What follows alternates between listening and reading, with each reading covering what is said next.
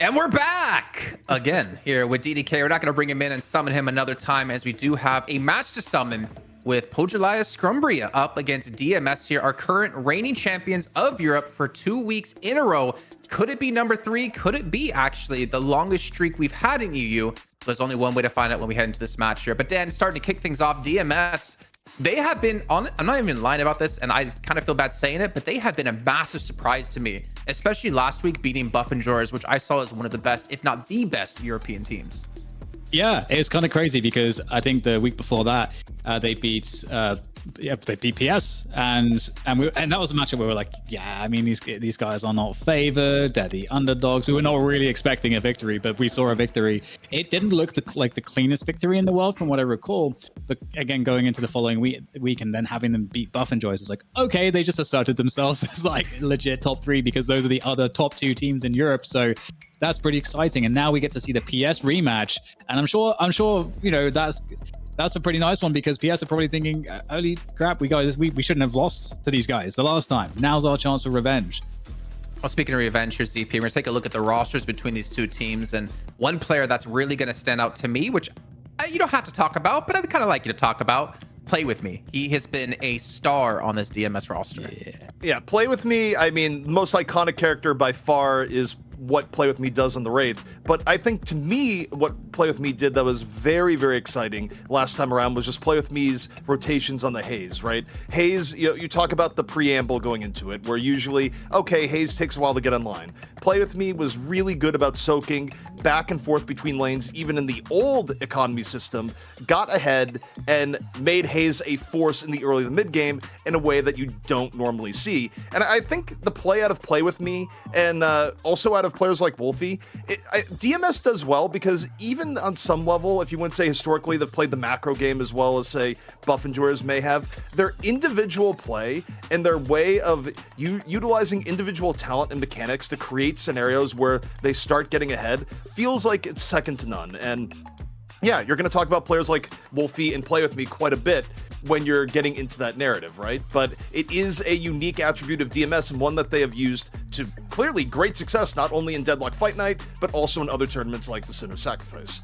And Dan, is what ZP's also talking about is like obviously we could talk about Play With Me till we run out of air in our lungs, but I feel like one thing we really have to touch on though is how good DMS are able to play without him there as a squad of 5. Even when they're in these 5-on-6 engagements, they seem to be able to play it really well. Yeah, I think it's going to be very important that the ban comes through for Yamato because obviously Psycho is an insane Yamato player, and Psycho is again another one of the big focal points of the team. So I totally agree. It's a pretty stacked lineup behind Play With Me. So going to be very curious to see what happens there because one extra wrinkle, I'm bringing it back to Play With Me, but like we saw previously that if you're trying to target Play With Me with your bans, actually quite a versatile player, and Hayes, who's a hero that is, I think right now probably at the bottom of people's tier list for multiple reasons, maybe the least desirable hero, let alone carry. Play With Me was able to find value creatively to make Hayes look actually way better than Hayes actually is. So all of that star potential, you just got to really play into your strengths. I feel like we just have to see the Yamato ban from PS. Just do not allow Psycho to have Yamato or you are crazy. All right, well, we are heading into the draft now as we're going to get our first ban out of DMS. Also, by the way, for people in chat, I did notice Yo-Yo MP and Abra. Thank you guys so much for the sub. If I missed any more before that, I'm so sorry, but I'm focused on the games.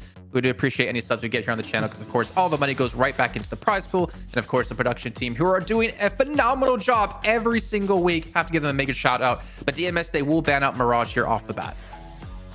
Mirage getting banned, I mean, look, some things don't change. And the fact is that teams do not like dealing with both the early lane power of Mirage and the fact that Mirage split pushing is just a nightmare to deal with when it comes to the macro play. Meanwhile, Pojilaya Skumbriya saying, Play With Me, you will not be playing on the Wraith.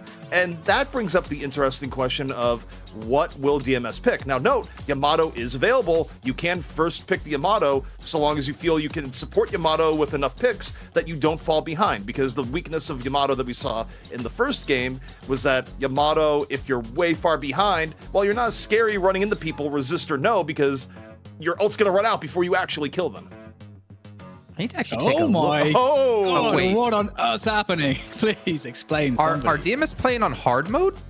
Seriously, that's crazy. Warden's definitely not considered. I mean, Warden's pretty good right now because of that. Like you said, ZP, he's like improved for based on where he was, pretty legit, but still not S tier. There's like at least 3 S tier, 4 S tier picks that are available right now, inclusive of Yamato. Have they just delivered PS the draft? Because there's a Yamato, they know what's up. They're like, this is a steal. I mean, you see the Yamal coming in, maybe going to be backed up here with the Viscous, although with Wraith off the table, maybe you can delay it a little bit. I do think, though, again, with Warden, the bullet velocity change does give you significantly more consistency, especially in your gun damage in the mid game. It helps your early game a little bit. It's still a pretty slow weapon overall, so you're not going to be winning a last hit battle versus an Abrams or any hero with a really good gun, but it does help a lot in damage consistency. But Vindicta getting picked up, showing again Vindicta's value on the rise in just 1 week. Speaking of 1 week, what happened to Great Talent, man? He was played almost picked or banned every single game last week, I feel like, and we haven't seen him a single time. It's only been 1 match, yeah, I understand, but I was expecting a little bit more value to be placed on him. I think there was some part of it was the effect of he hasn't been, like, no one's experienced playing against him, so it's gonna look a little bit better because people are not used to playing against him. But I think Vindicta does seem to be the better pick at the moment because I think you can get Vindicta. You know what, actually, I still feel like Great Talon's actually pretty damn good. So I feel like it's kind of a toss-up. Vindicta seems to be getting a lot more attention at the moment.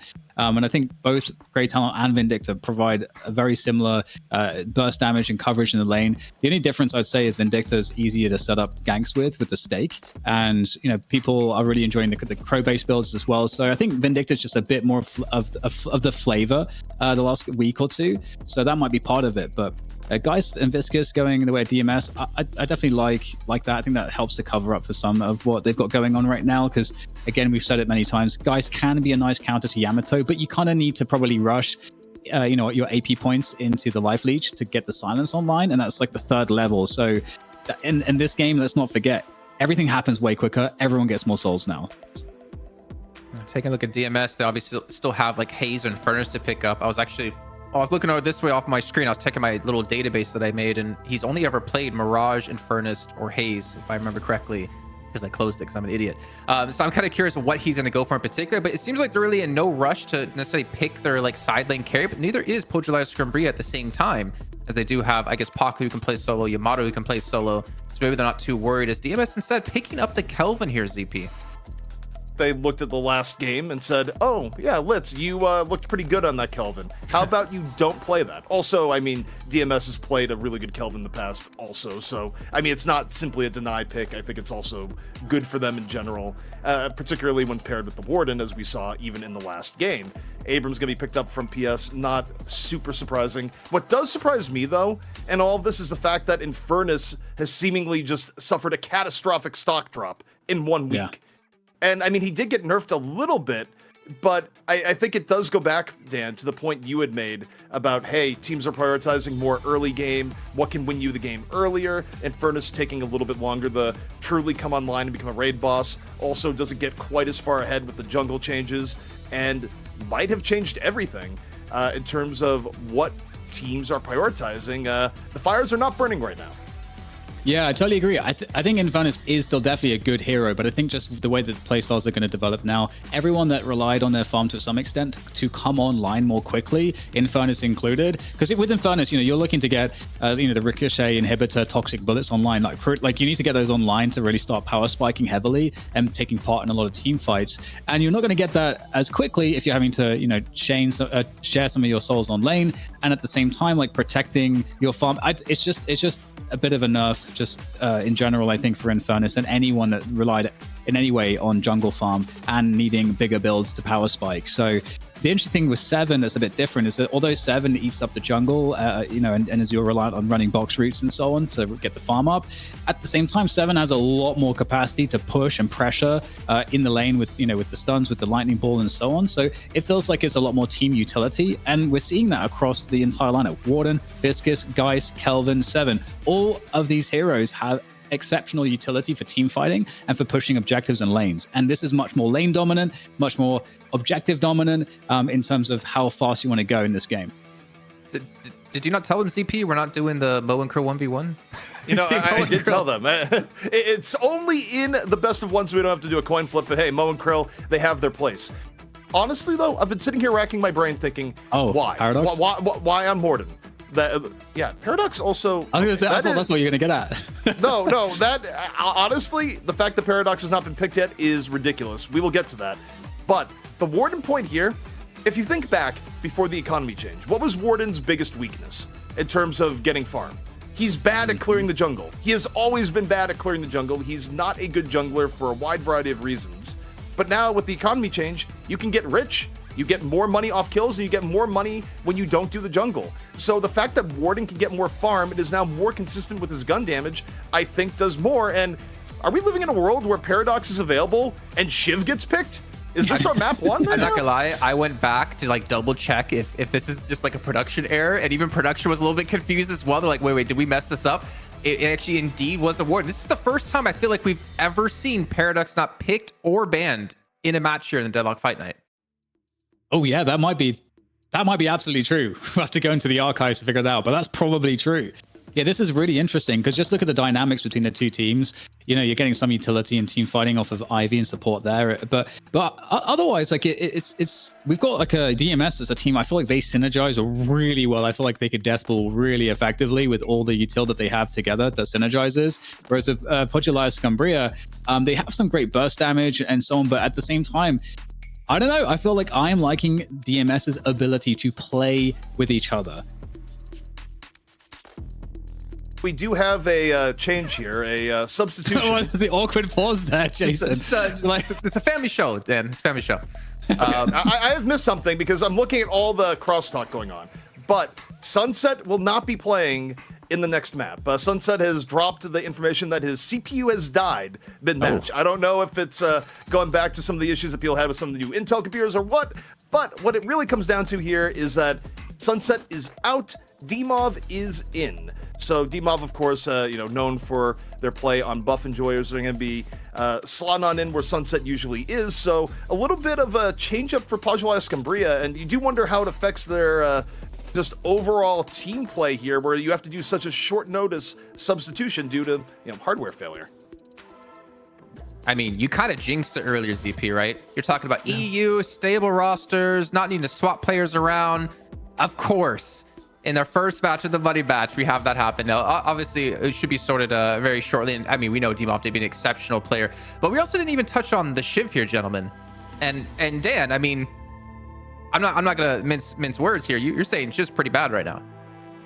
Well, I think Shiv's still okay. Like, I just don't think Shiv is as exceptional as a Shiv previously was. And I think, in this lineup, it can definitely make sense because they were looking for more of a front line. They already had their support in Ivy by the time they get to the 6th pick. So they're thinking along the lines of, what are we missing? Okay, well, we're not missing like burst damage or like a carry. You got Yamato, Vindictor, and Pocket. So that kind of fills those roles. You got Ivy that's going to pick up probably your Health Nova, your Rescue Beam, all of that. And so what are you really missing here? And I think you could have gone a lot of different directions. So I think at that point, you're sort of picking, what do you feel like, you're like whoever's going to be on that 6th slot, like player wise, what are they most comfortable with and how do they most best want to play? And I think Shiv also does actually benefit a little bit from the soldier changes because Shiv is still pretty good on lane. Like he's pretty good on lane. And if you don't have to concern him as much with the jungle farming, I think that's pretty fine. I'm just curious how people will build Shiv these days, if there will be any changes there.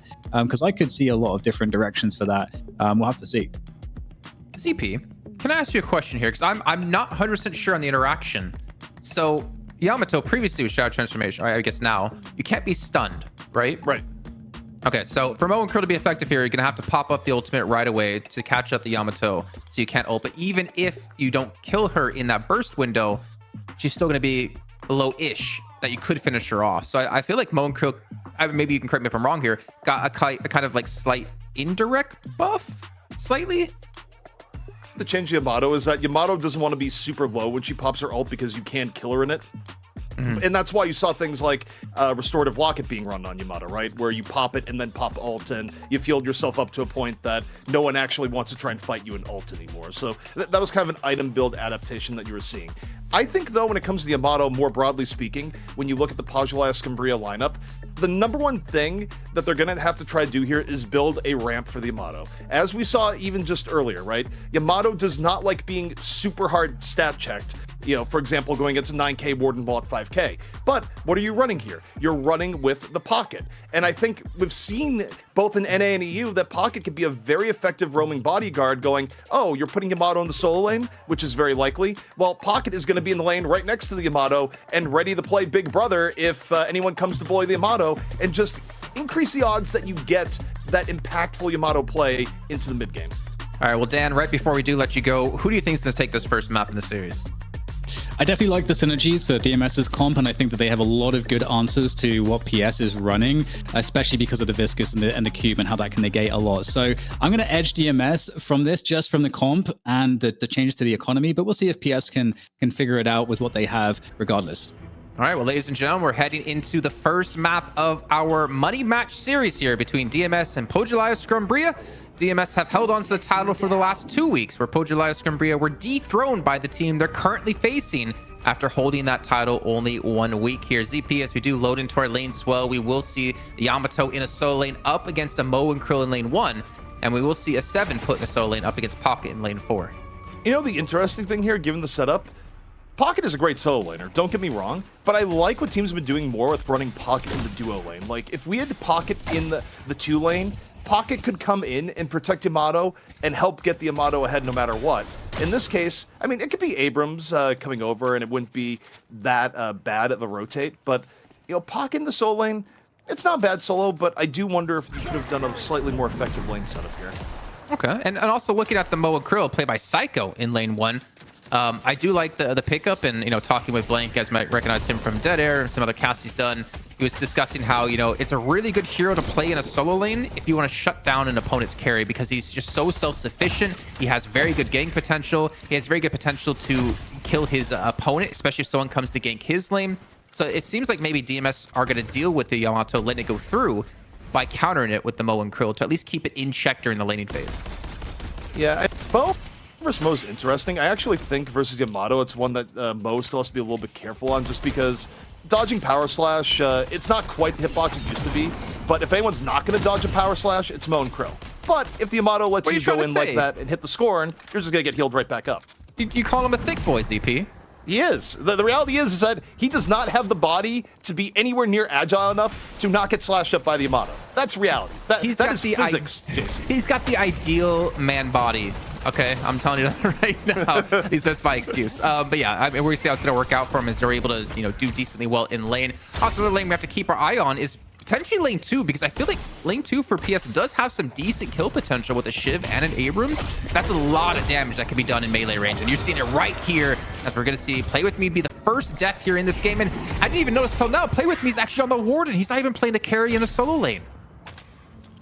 I mean, going on the Warden does make sense, though, given the characters that Play With Me usually is on. And I mean, Warden can kind of go from, you know, your players that play more playmaking characters, or your players that play more carry if you're playing the Warden in place of something like a Haze, which is definitely, you look at the overall DMS lineup, Play With Me on Warden is taking the place of Play With Me on something like Haze, right? So it makes perfect sense as to why Play With Me is on the character. I'm curious to see how it plays out, to be honest, DP, because I feel like a big linchpin of the success of DMS in the past was Play With Me playing one of these carries. So I think for DMS, this is a true testament to like the depth of their roster and the depth of each player on the team and how well they can play, especially when you have to pick up one of these kind of carry roles. But we'll see what's going to work out for them. I'm honestly excited to see if DMS are a little bit more two-dimensional or three-dimensional than the past. Well, right now, Jason, on the race to 3K across both teams, it's pretty even. A slight edge right now, the Pojilaya Skumbriya. First hero to hit 3K, probably going to be Pocket or Abrams if you go to the current rate. And the thing is, though, is that if D-Mob's the first to hit 3K, it's still a Pocket in the solo lane. So unless someone rotates over, it's not going to be the Pocket that hits 3K and then, similar to Alju, just goes around and ganks the entire map, right? It's going to be a slightly more lane dominance focused Pocket that's more just trying to contain the 7. Okay, yeah, I think that's a very good point, and obviously D-Mob, I think this is one of the most perfect positions you put him in as someone who can play out a solo lane, considering he doesn't do it for buff and joyers, but because he doesn't need to be there necessarily for those team fights, I don't know, I kind of like actually don't even agree with my own statement, because you want to have Pocket in team fights, but that's going to be where Pojilaya Skumbriya are going to be a little bit weak, having to use a sub, a ringer, instead of Sunset, who's having some computer issues. your sub into the solo lane just logistically does kind of make sense, right? It's just, okay, handle your own business. We're not going to mess with any of our pre-existing chemistry. You don't have to do comms and duo lane. I think under the circumstances, it makes sense. And again, you talk about dodging power slashes or lack thereof. No chance. Moan Crow just is not dodging that. Not going to happen. He's got regen now. Obviously, the fact that you can stop Together from auto attacking you is massive. Then again, if you see Together's adaptation, right? I'm just gonna wait for my power slash. When you go into blind me, I'm just gonna power slash you because you're not gonna have a chance to escape. But speaking of escaping, we do see Play With Me looking to roam into lane 1, looking for the gank, and it's immediately Together making the call to back away to prevent that. So Pojilaya Skumbriya, one of the best teams in Europe when it comes to early game aggression and early game kills. Well, it's not gonna happen to them this time. You also had Taz considering going from lane 3 to lane 2 for a brief moment, but you take a look. Geist and Warden getting deep into it here. The last stand is popped. Play With Me, just walking forward, heals back up to full. Gets Zenya pretty darn low, but stops it right then and there. I think that was more last stand, Jason, that was meant to be, okay, let's get lane control back and not necessarily get a kill. If they got a kill, it just would have been gravy, but now you take a look here.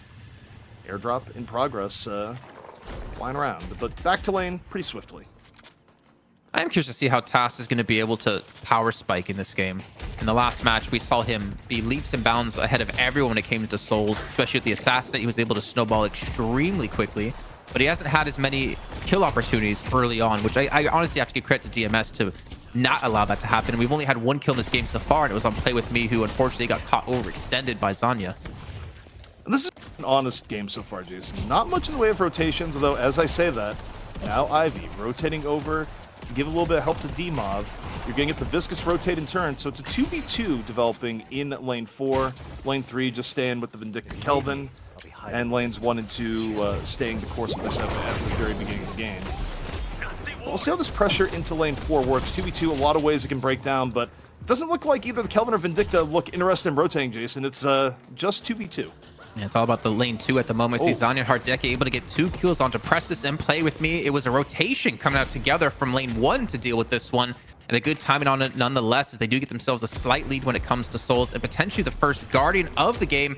And Together will make it back to his own lane in time to not miss out on a single bit of CS here. So really smart timing on that rotation, and you really have to kind of be careful against PS with this because they're so damn good at it. Yeah, also you think about conditions for winning here and what you'd like to see. Together's built up a decent lead over Psycho 13. And honestly, the way that lane is, all Together has to do is just stay even paced with the rest of the game and not fall behind the bow. And that's a win with how Yamato can bully other characters at even or better farm. Although Viscous right now, under pressure, takes an Assassinate, airdrop pocket just rolling over, but decides, you know what, I don't feel like going indoors right now. Not my chase. You don't really need Majestic Leap if you have a Gargoyle to do it for you, you know? Obviously, with the changes to Majestic Leap that we did talk about 2 weeks prior, but we do have some pressure again back on lane 3. You can see Tass again at the 5k Souls trying to put some Rast out of the back line so they can take this Guardian down. It would be their first of the game, or sorry, second of the game. And there's a 7 stun going to be coming through, going to knock him out of the sky. Sack is extremely low by the Assassinate, though, and he does create some distance for himself as he looks to just jump away. And here's the ultimate out of Abrams here, diving towards the back line for Play With Me, who's just been punished this game. It feels like last thing going to come in, but it's not even going to matter in time. And Pojilaya Skumbriya, the dive is successful. Play With Me can't get the last stand up in time. Frozen Shelter coming up from Hapex. DMS looks to continue the pressure in lane. Hapex can't get away afterwards. Together picks that one up. And again, this is what you have to look at. Anytime Together gets a kill, if you're DMS, you kind of cringe a little bit. You don't want Together to have this good ramp. And with Together being at 7k, most of DMS being around 5k, that's a really big threat right now, Jason. And it's makes way more of a difference in the overall aggregate. Don't look at the aggregate, look at the matchup. Well, the aggregate is still 7k either way, which is a decent amount. You can see, of course, the AP as well. 9 points ahead for Pojilaya Skumbriya. And we're about to hit the 10-minute mark in about 1 minute and 20 seconds, which means, of course, the buffs are going to be focused on, not to mention the urn that's going to be coming through. And I can't do math that quickly, but I believe PS does have a big enough lead that it'd have to go into enemy territory for the turn-in. Don't quote me on that. My math on air is garbage. It's very close. It'll kind of depend on who gets a wave right before. I think, yes, if it went right now, then it would be a DMS favored urn, but it's very, very close. So seeing where that drops down is going to be interesting. Meanwhile, though, we got a 3-3 split right now from Pojilaya Skumbriya. Geist, Warden, the only ones in lane 2. Pressure coming in as Yamato, Warden, and Shiv pressuring. Meanwhile, of course, we're taking a look at lane 3 at the same time. But DMS is giving them space, Jason. Well, it's important, I think, for DMS and PS here that you want to look for an early kill, but you don't want to have an early death right now because you have mid buff spawning. You have the urn going to be spawning in, not to mention mid boss. So you have to be very careful about like what fights you do take at this moment and to set yourself up for success later on. And we do see Bonnie, we're going to be coming through. Nice little puddle punch as well. Almost keeps him in range. Healinova going to be coming through to keep Tass alive yet again here, but the pressure has been applied as it looks like Psycho is going to be the only one to defend the left-hand side buff, whereas Pojilaya Skumbriya looking like they're going to be able to take the right-hand side with Ivy still flying in the sky. Significant pressure onto the right-hand side buff. Viscus was going for it, didn't get. I think it was Pocket that got that. As Saf just goes, all right, I'm leaving. Goo get me out of here. Please stop sniping the goo. Meanwhile, Shiv looking over here to the Mo and Krill. Pressure on the Psycho. Psycho low, down he goes. But while they get the kill, Jason, they lose the urn. And they lose the urn. DMS going to be able to pick this up. And again, as we talked about the difference in souls, it's going to be a turn-in on their side. However, we still see Pojilaya Skumbriya with presence in lane 2. That's going to be the Shadow transformation coming through it together. Not to mention the frozen shelter going to be used. But honestly, Halfix, I don't know if you're going to be able to escape this when the charge comes in and the punch. And Zanya is going to be able to get the kill. And I think with that alone, potentially have held off DMS from going for the turn-in.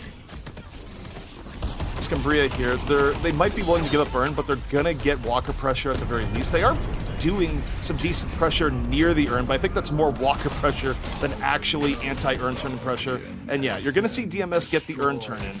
But because the Walkers come out at the same time, it's still gonna be Pojilaya Skumbriya with a decent lead.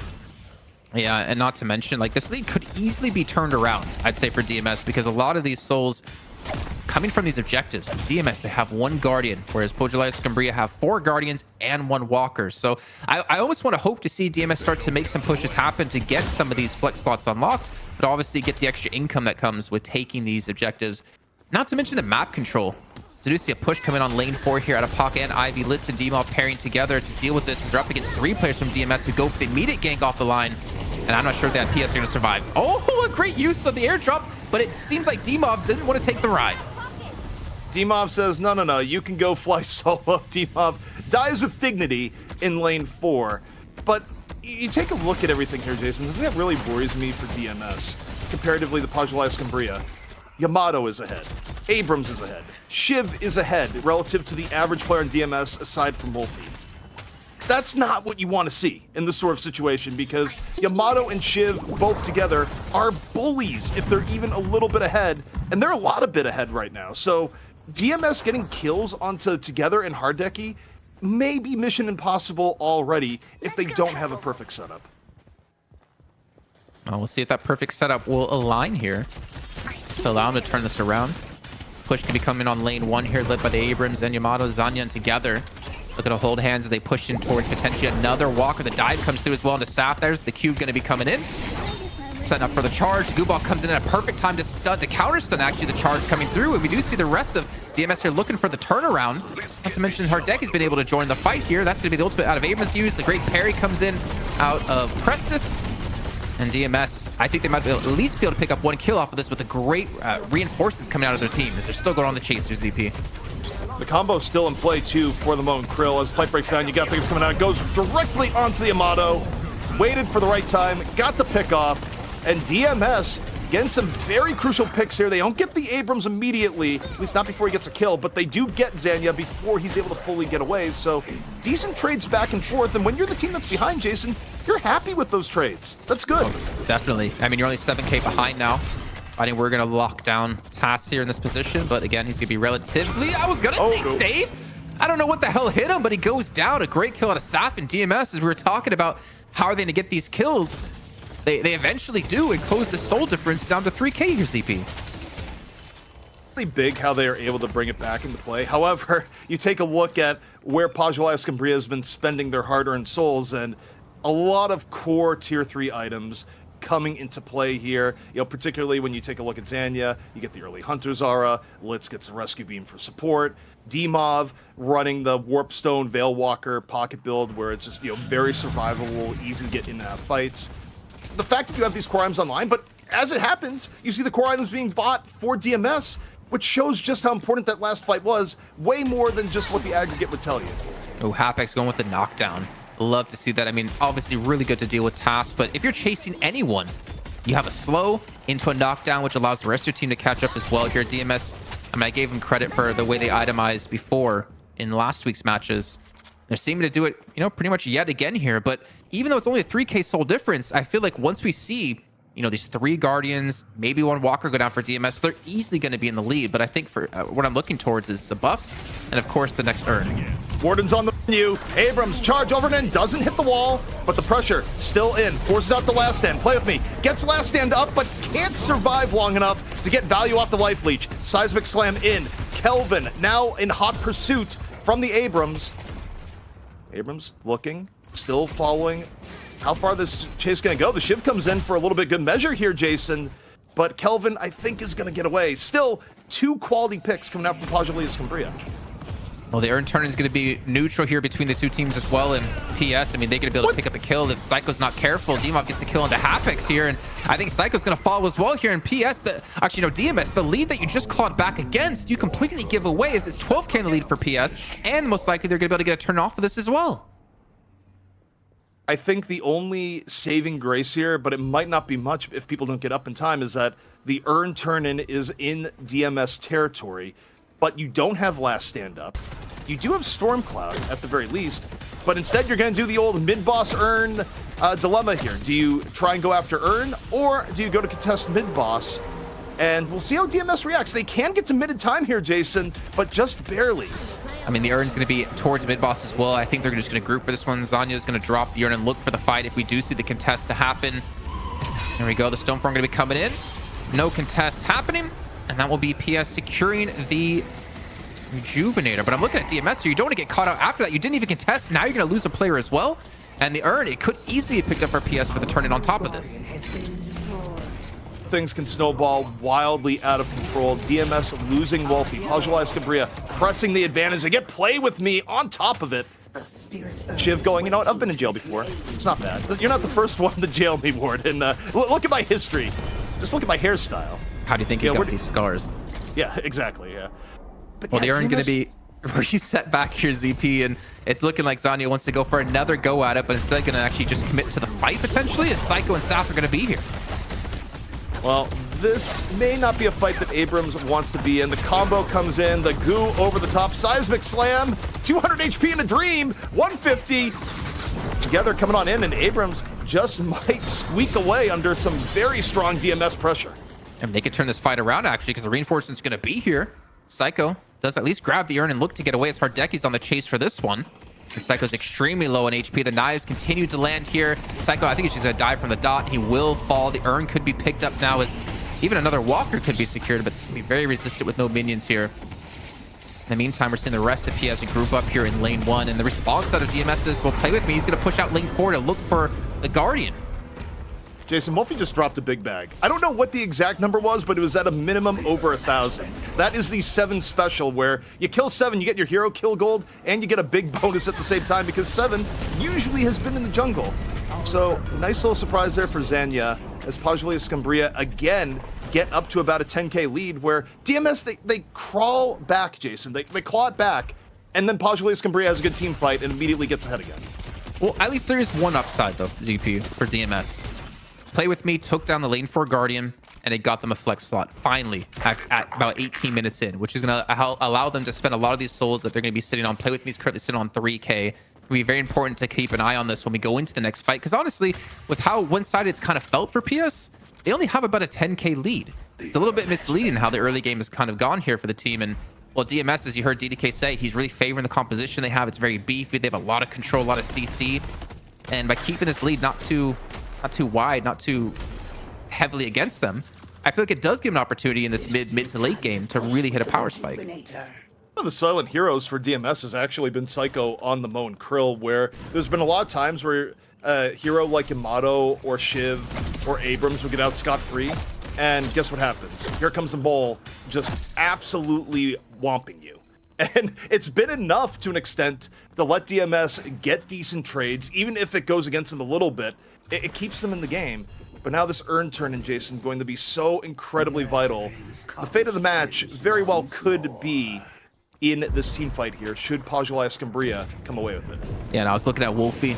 He went out to lane 1 to go farm, realized he's going to be needed here for this fight. The Frozen Shelter has gone in. At least they're fighting in open areas. Litz gets to turn in under the mask of the Frozen Shelter, and not to mention only that, they get themselves 2 quick kills as well. Psycho goes down, Hapix goes down, Zanya going to be going in, and they're still looking to push the pace here, push these kills, and look for even more. Hardeki trying to look for the 1v1 against Prestus, has to be careful of the soul exchange, but he will be fine. And that is going to be a clean sweep here. An ace coming in for Pojilaya Skumbriya, and now the shrines. And I don't know if they quite have the time for the urn, or sorry, for the finish, but they're at least going to get a lot of damage done to this base. The bizarre fight, Jason. It just felt like the most passive fight we've ever seen DMS on. Pojilaya Skumbriya, they had urn. They had a little bit of disadvantage in the sense that they telegraphed their movements, and yet they were still able to get the jump on DMS. DMS didn't go for an aggressive engage. And now DMS could be facing the end of the game. 30k difference between the two teams. Pojilaya Skumbriya not backing off. Respawn still in progress here for DMS. They're almost back in full strength, but the pressure on the Patron's gonna be coming in soon. They're already down their Mo. And Jason, this could be map 1 heading the way of Pojilaya Skumbriya. The Patron is getting absolutely melted. It's gone. And Pojilaya Skumbriya taking map 1 from our current EU champions.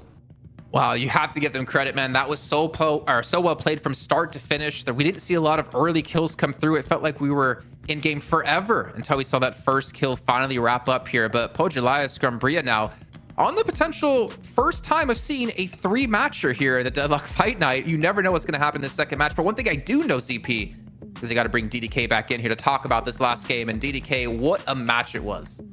Yeah, it was really interesting because I think one of the issues, obviously, like comp-wise, that DMS had going against them was there's all this burst damage and all this pressure that the opposing team had in terms of all of these different heroes, whether it's Yamato, Pocket, Vindicta. There's like all this like constant lane pressure, and I feel like what DMS needed to actually exercise the advantages of their comp and to synergize is to be able to take like team fights together and be able to take the initiative on pushes. But they never were able to do that. They were constantly reacting to multiple lanes at the same time, and I think that really put them at like a huge macro disadvantage. So their comp couldn't really leverage what their comp would be good at, and so that just kept them all behind. I mean, to be honest, they did a great job holding on and just keeping that lead mitigated for a long time. But eventually, your Yamato getting 2 farms, Taz, like Demov getting 2 farms, Zanya was doing an insane job as well in all of these fights, and also keeping himself in an advantage soul-wise that would just allow him to keep bullying and keep staying in the forefront.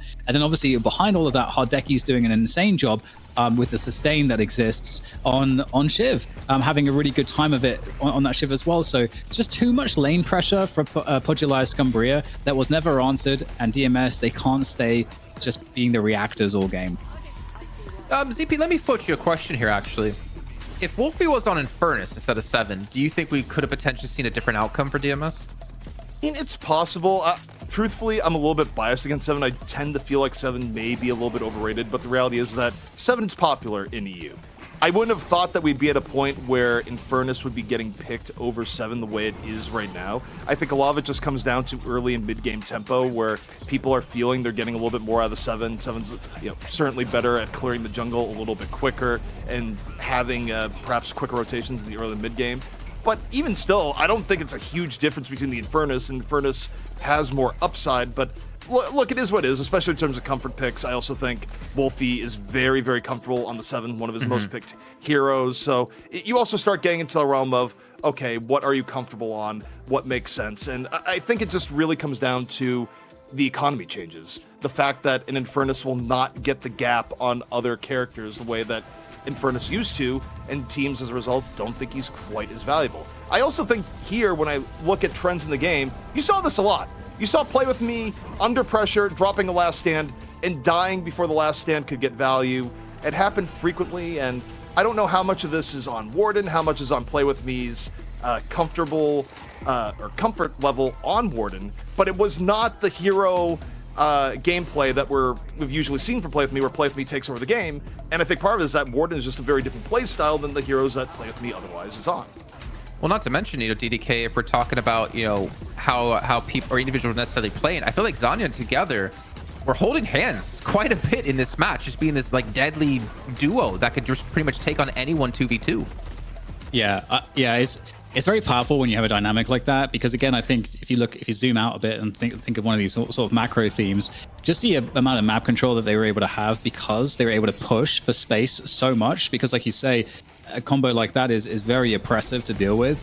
That in of itself just made things too difficult for them to ever have good fights. And I think if you think about the Warden ults, like the Last Stands, I think that's downstream of that fact as well. That you can't really set fights up or have a good spot to use some of these ults if the opposing team is constantly dictating map control and pressure and constantly keeping your team spread apart. You can't quite find or engineer fights. So that's a huge issue. And for me, I'm thinking back to the draft, the fact that that Yamato was available to get Psycho on there. We were not. There were picks I think that were available for DMS that they didn't have to open up with the Warden pick, for example. And I feel like opening up with the Warden pick, I don't know that that's like a high tier pick for PS that they're thinking about. I'm just kind of confused, I suppose, about that approach. And maybe that's an approach that maybe they had an idea or a strategy behind it, but I think now with the way that this game played out, they're going to have to respect that if they go for a strat like this, they're not going to get any breathing room. PS is not going to give it to them. They've got to pick something that in of itself has more of an oppressive nature too. I think that's the unfortunate part, ZP, is that, if you're going to first pick Warden, clearly you have to have a game plan here as DMS. But obviously with how like the early to early mid game went, I feel like we never really got to see what that game plan entailed.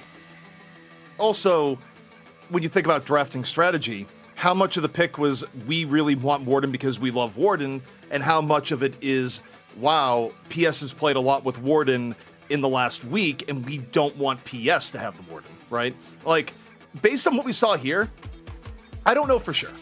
I didn't see, of course, their scrims and gameplay in full going into it, whatever was lurking in the shadows, but my gut feel from the gameplay we saw, both in our best of 1 and now into the best of 3, where you had another team playing it, is that I think DMS might have picked the Warden more as a deny pick rather than a this is our ideal game plan pick, but who knows?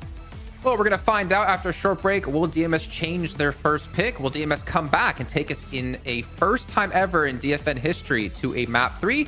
Or will Pojilaya Skumbriya take back the title? We'll find out after a short break.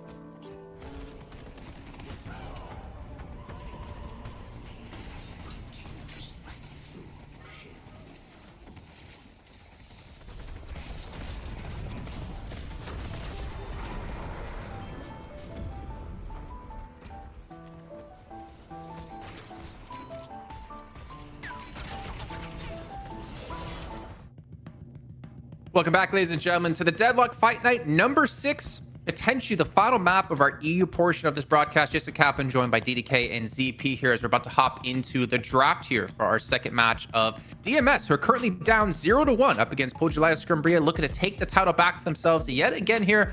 And DDK, well, we talked a lot about what came down to this last match. I just hope we don't see a Warden first pick again. I'm just saying.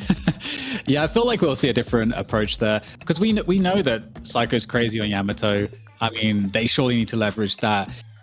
There was no Paradox pick, which is also crazy. They must surely. I mean, both teams know how good Paradox is. Surely we didn't talk about that too much, but like Paradox really is considered pretty like S tier despite the nerf still. So hopefully we'll see that too. But we're going to check out these bans first of all to see which way the draft is actually going to go. Because obviously when the teams play each other, they get a bit of info. But you can see that Play With Me is still getting targeted because PS really respect Play With Me's Wraith, which honestly.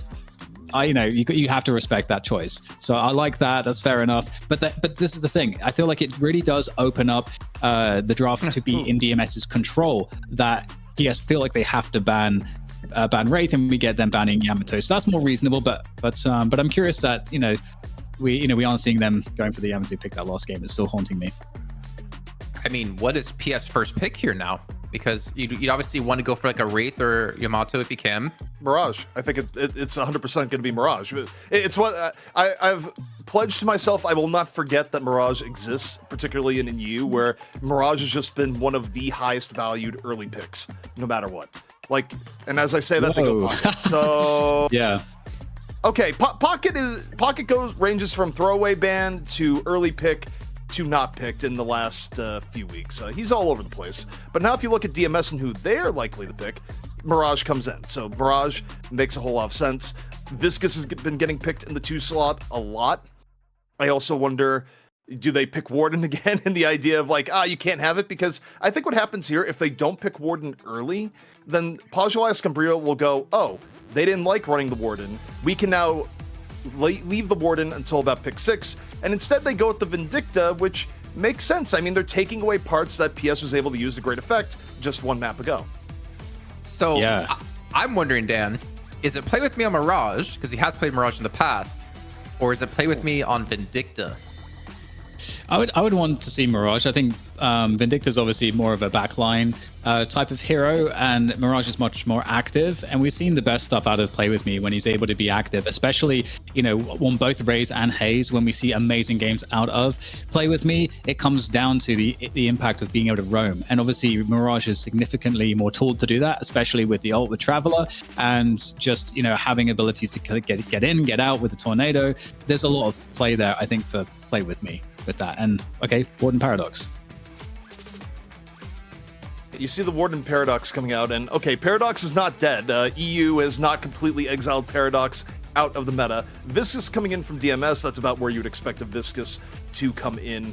Now, Pojilaya Skumbriya, I feel like this is Abrams. Abrams has been getting picked in the 4 slot a lot, and it's sort of, okay, you need a little bit of tankiness, you need more gank potential, just generally a solid laner. What do? You pick an Abrams, and in slot 4, they're going to go with the Geist instead. So now, you talk about the 4 slots on both teams. Doesn't mean DMS now goes, you didn't pick Abrams, we're going to pick it. I'm just waiting to see if you just keep shooting yourself in the foot with every prediction. Yeah. Well, no, pick Mirage going to be coming. Oh, it's Pocket. Okay, well, we're going to see Abrams. No, I mean, I agree with you with the Abrams, and you will get it right there for DMS. I'm desynced by 1 right now is what's happening. My brain is like too far into the future because it's happened like multiple times this draft is what's happened. Well, Pojilaya Skumbriya now with obviously their pick of choice. I'm curious, what is the other solo laner they're going to run? Obviously, we have seen Geist there, but I think we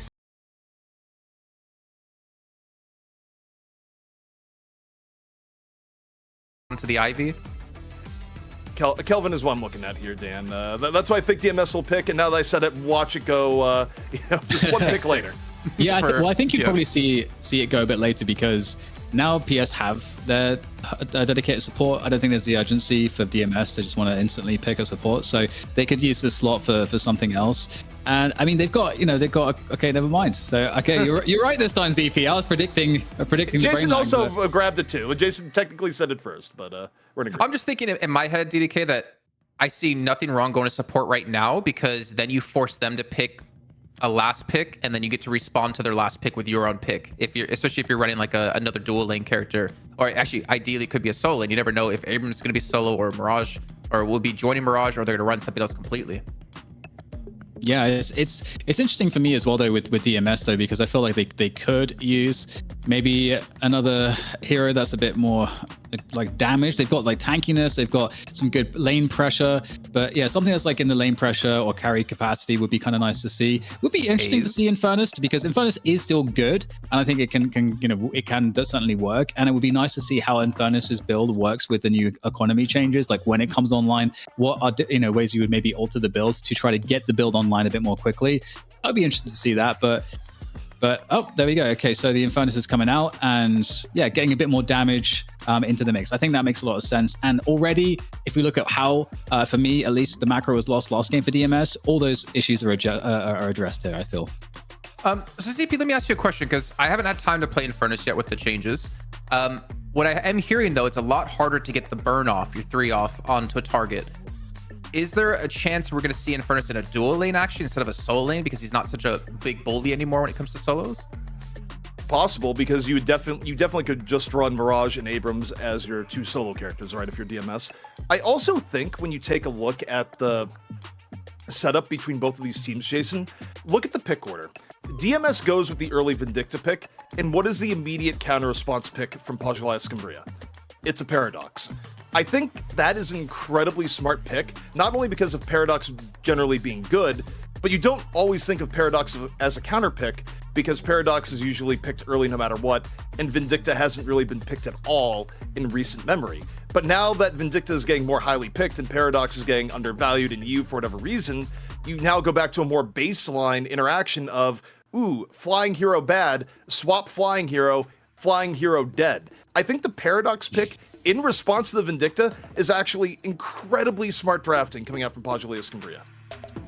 Okay, we're obviously going to find out when we do head into the match here. Dan, any final thoughts before we go into potentially the final match of EU tonight?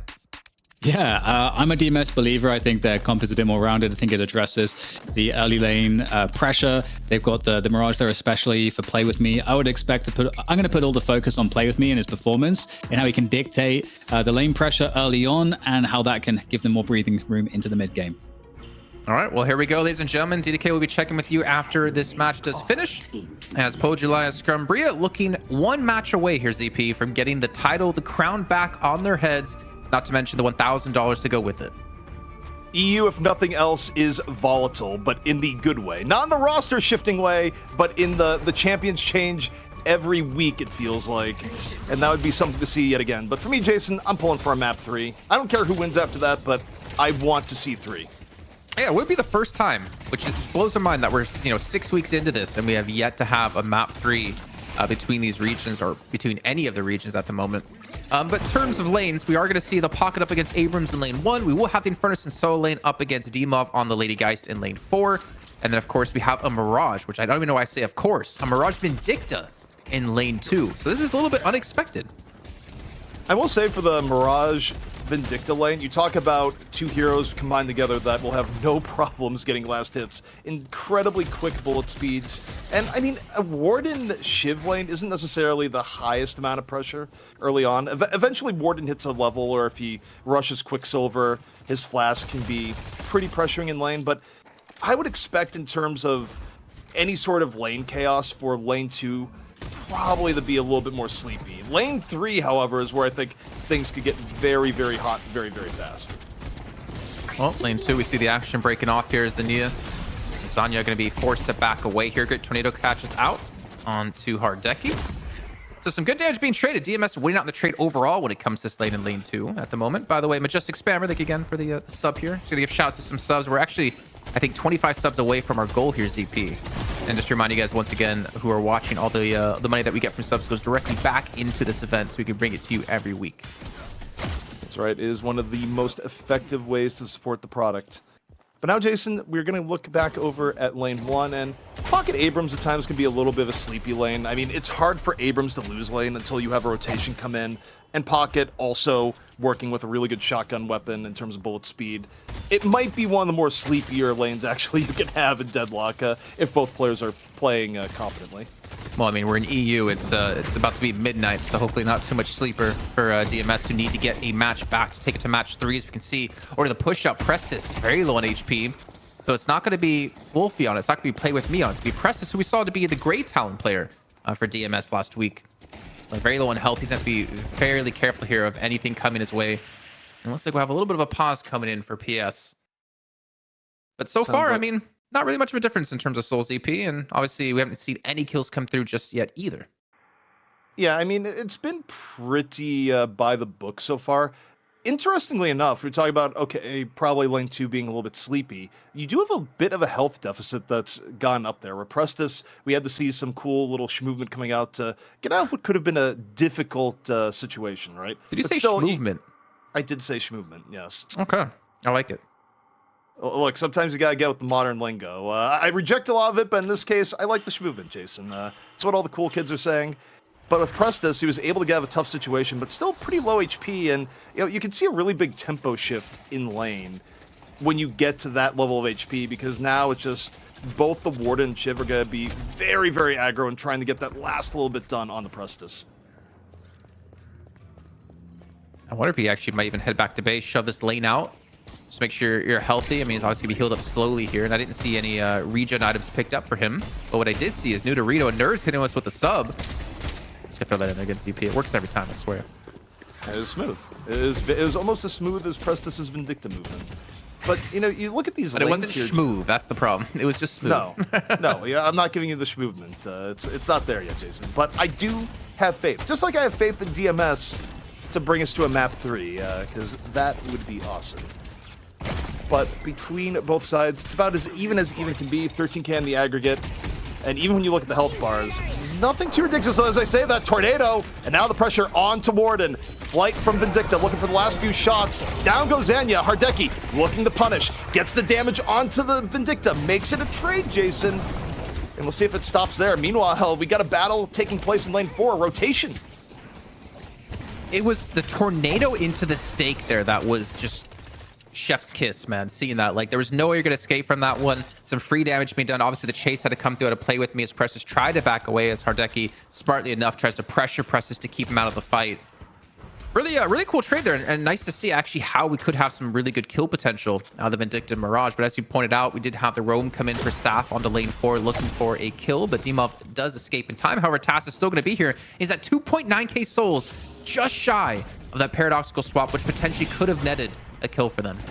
Hey, getting very aggro and getting punished in turn. Killing blow up from Hardeki finishes off. But now look at Play With Me, Jason. Traveler is up. He's back in the play. Does he go for a rotational play here or just walk back in the lane? Anytime Mirage quickly gets 3k, they could just go for the quick Traveler. But for now, Play With Me says, nah, I'm going back to lane. Oh, that's going to be a kill onto Wolfie. Dimov proven to be a ringer at the perfect time here for his team, but he might actually get chased out by Saf, who's in close pursuit. But there's going to be the health steal coming through, and Dimov very healthy as Saf now being forced to run away. And Dimov, I mean, PS, maybe you should pick this guy up, man. He's getting you guys some really good kills.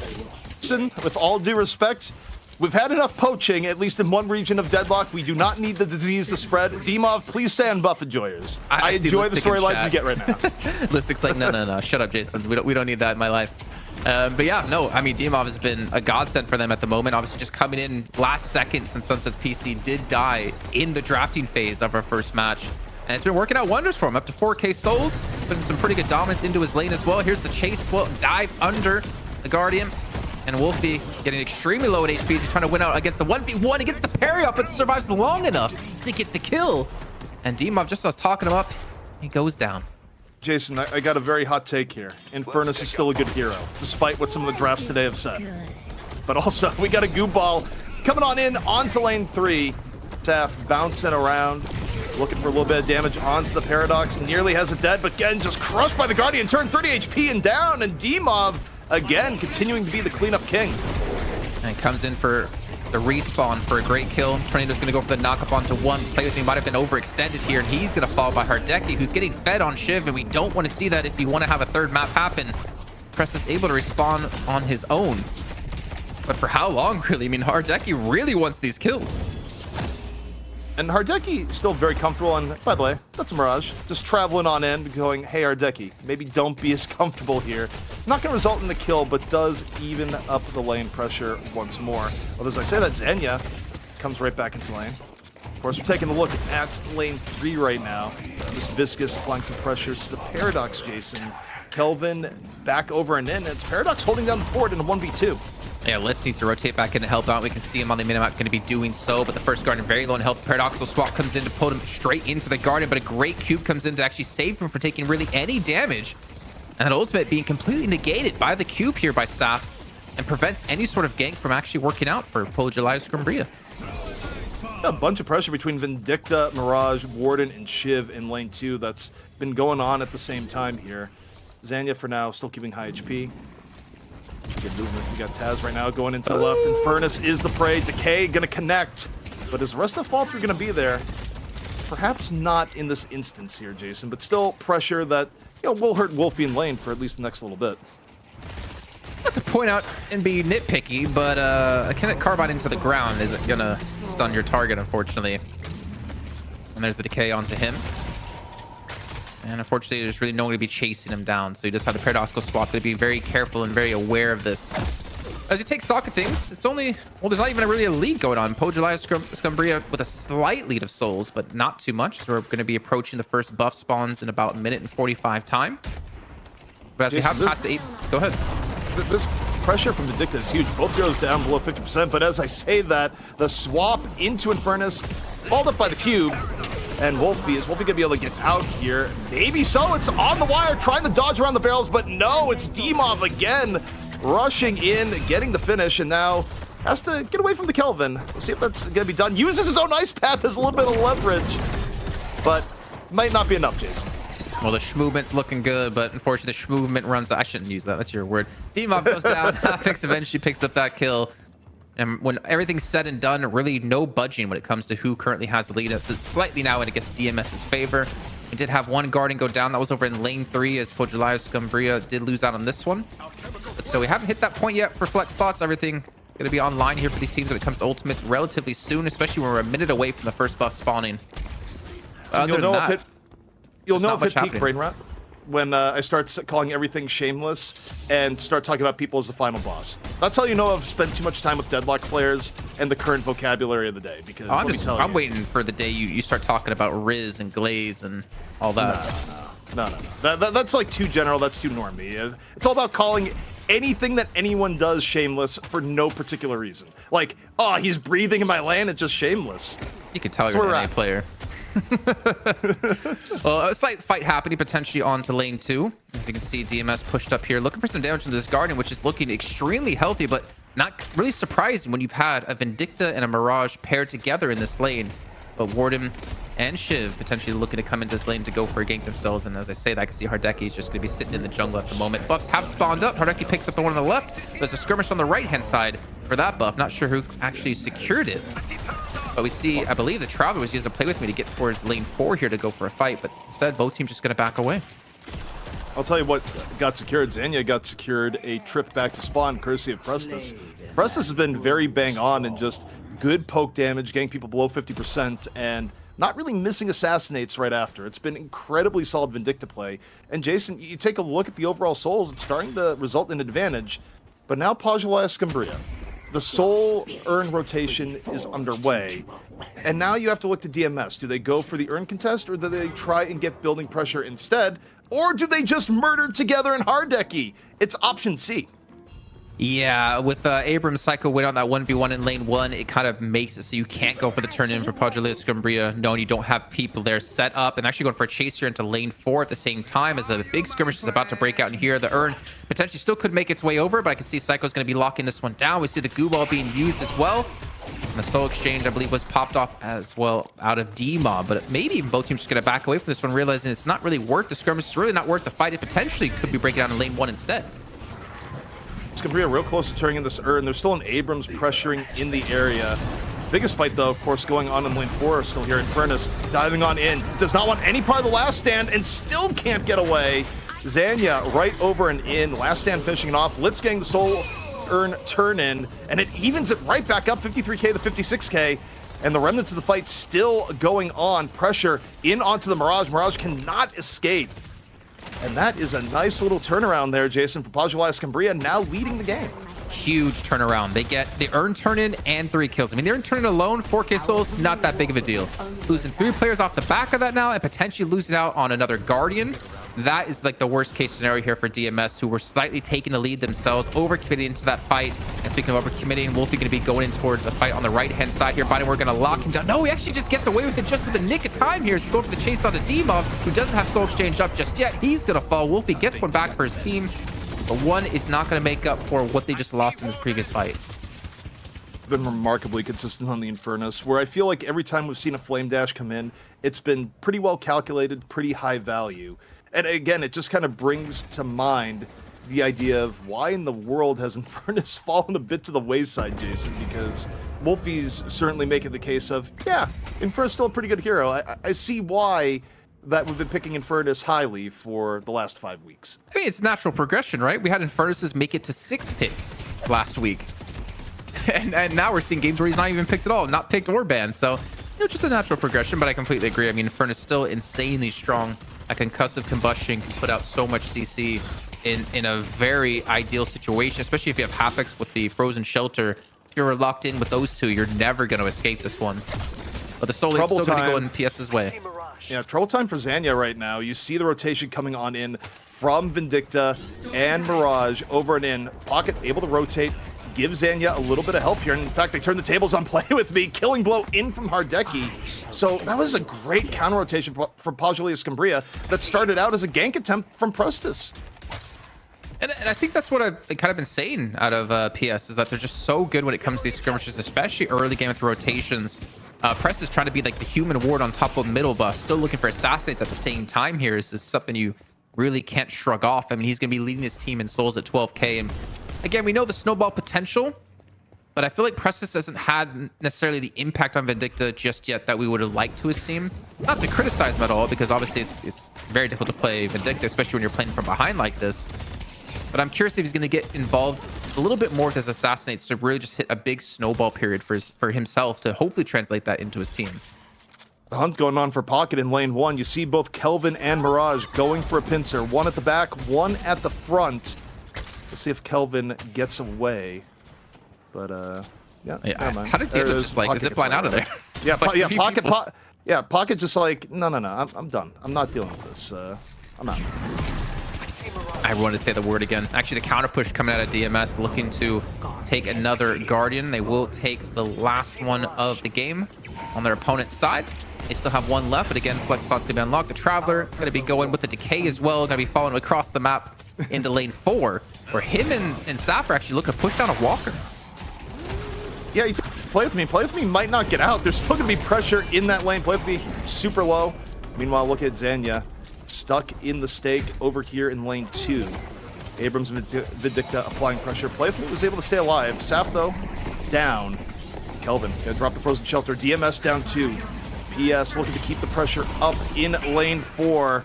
Kelvin immediately gonna fall, and Pojilaya Skumbriya, Jason, just nothing flashy, better rotations, better pickoffs, but overall still very close between both teams. And even when you could consider the man-to-man matchups, still close. You haven't quite gotten to the level where you have, say, a Shiv ahead. And, oh no, they're going for it. I mean, what's going to contest them? What can stop them? I mean, Psycho with his ultimate Seismic Slam could be the stun they need to open things up. You do have concussive combustion out of Wolfie as well. They're going to commit to this mid-boss here, and it could actually be the turnaround DMS are hoping for. This might potentially be a free win for them, as we're going to see their Druvator slowly drip down here in ZP. There's going to be the swap coming through. Concussive combustion coming on in. Wolfie looking to be the hero to go for the steal. DMS, they get the steal! Off the concussive combustion over the rejuvenator, Jason. The Infernus dream comes alive, and Pojilaya Skumbriya, the early pressure into the mid-boss does not pan out. DMS getting put firmly in the driver's seat in this fight. I mean, 2-for-2 exchange here, but DMS come out with a rejuvenator. They're gonna be extremely happy about this, as now the soul lead is down to just about sub 1K. I was a little bit surprised to see them actually go for mid-boss in that situation. Yeah, they had a couple of kills, but there were still so many big factors that could be easily turned around, and now they have to deal with 4 players on DMS still with the rejuvenator up. At least Zanya, in the meantime, is trying to go for a quick turn in. As we can see from DMS, no one is really here to stop this or contest it just yet. Yeah, the Urn turn-in is going to be in neutral territory. However, you take a look at the rotation, Abrams and Infernus both potentially looking keen to contest. And contesting here when you have Rejuvenator and on 4 out of 6 characters, of course Pojilaya Skumbriya does not, you kind of like this fight. Meanwhile, I almost feel like, looking at the movement of Zanya here, it's just trying to buy time and waste the Rejuvenator a little bit with the threat of the Urn turn-in. That's what this feels like to me. And I'm looking at Play With Me in lane 1, who's trying to split push. He's going to have to try to escape as we see a fight, and Zanya being forced back here by Psycho, who's doing some pretty sick damage. The body ward's going to lock him in. He gets trapped by the ice path above him. Hapex pulls him in to try to help him escape here. They might be able to turn this fight around as the last stand was used. And Zanya was doing some pretty decent damage. The Frozen Shelter Lockman came into this fight, ZP. I've never seen a fight start in a more awkward area. Zanya grabs the Urn back mid-fight, and it's wild that no one died in the middle of that there from how that began. I also think there was a weird interaction where I don't think Psycho necessarily meant to pick up the Urn again mid-fight. I just think Psycho is moving back and the Urn just sort of attached to him in the middle of it, costing him a little bit of damage in the way. But kind of a reset here. Urn still not turned in, but the resource that is gained here, Jason, is that a good amount of time on the Rejuvenator is now gone. Yeah. I mean, what has DMS accomplished with this? Nothing. I mean, obviously, right, they did steal it away, which is a very big part of it, don't get me wrong, but they haven't really been able to push off this. They haven't been able to get the Urn turn in. And speaking of actually going to be the charge to deny the turn in, that's going to be the rescue beam to pull him away. And, well, the Solar, I don't know who even has it at the moment. It might just be on the ground because he was disabled. He was stunned up, so he dropped it. And there's going to be it's sitting on the ground to turn it around. It is absolutely sitting on the ground. DMS says, no, that's my Urn. It was Psycho 13 that came in, got the timely charge, put the Warden off the point, made him drop the Urn, and DMS here, Jason, they pick up 2, they get the Urn, and finally they make it work, but the price paid was still somewhat severe in the sense that the Rejuvenator just about done. I mean, I wouldn't be too sad about that, honestly, because now they're 10k in the lead here, ZP, when they were 1k behind. A big swing in terms of at least souls at the moment. But we do see, Pojilaya Skumbriya, they only have 1 walker left. Like, DMS with the Rejuvenator has been really able to put some pressure here across the map and really gain ground when it comes to these flex slots, objective control as well. And I think that's why we're seeing such a big swing in souls. The interesting thing, too, when you look at the soul breakdown, is that DMS is way behind in kills. Pojilaya Skumbriya has had better skirmishes and better early picks, but DMS has gotten more kills where it matters, and the macro value of the things they have gotten has been significantly higher, and that's why they're up 10k, despite getting out-killed rather significantly by Pojilaya Skumbriya. Yeah, so we easily could see the swap come back in PS's favor if they're able to push these objectives down. And speaking of so, we can see PS actually grouped up here. Looks like they're really heavily stacking this left-hand side buff here, looking for a fight, looking for a catch-out. I'm not sure if they're even visible. They actually just might be in that little bit of ability. Yeah, they're actually just waiting to see if anyone's going to go to contest it, and they might force a fight off the back of this. There's the swap coming through. It's Saf, though. He's just going to cube himself and also gets pulled away. Meanwhile, we're taking a look at Zanya here. Last stand is up. The pressure is in across all ends. I think got hit by a decay in the middle of it, so not much healing there. A very dead Warden, and DMS able to make sure it's not a trade here thus far, even though Hapex did get pretty low.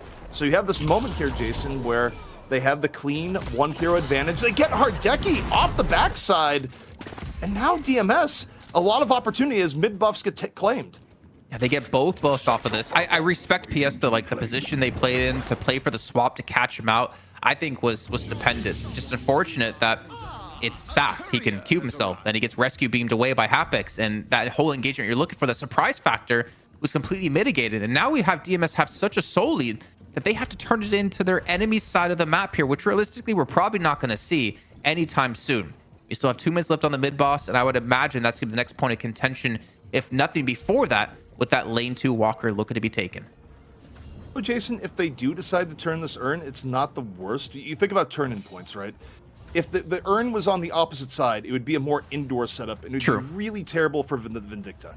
That particular turn-in is a little bit more open, so it's not the worst. But when you take a look at how they're dealing with the Urn, they bring the Urn back to base, and they drop it. So right now, they may just be content to go, we don't really want to run this, but you're not going to run it either. Exactly, right? And we did see last week, DMS, they let 2 Urns go in a row up against Buff Enjoyers, and it closed for like a 30-40k soul lead that they had to down to about 10k. So just from those 2 urns alone, Buff Enjoyers are really able to catch up. So being very respectful of that, but it does mean you're forced to commit that one player to constantly pick up the urn, throw it back to base. The enemy team can't get it. But you also have to look for, like, what's our next move, our next form of engagement? What's the next position that we're actually going to be fighting for? And with the way both teams are kind of set up, I'm kind of looking towards mid boss, but at the same time, I don't think PS are going to start it after what happened previously, and I don't think DMS are going to start it, considering last week they had 2 stolen in a row up against Buff Enjoyers, and they already just stole 1 from PS. So I feel like it's just going to be a grouping at some point to force a fight. I think one thing the fight does begin here that you really have to look at and go, wow, this is going to be really bad for PS and really good for DMS. On one hand, DMS has a fed Infernus. Wolfie has feasted and is at that break point where Infernus takes over fights, period.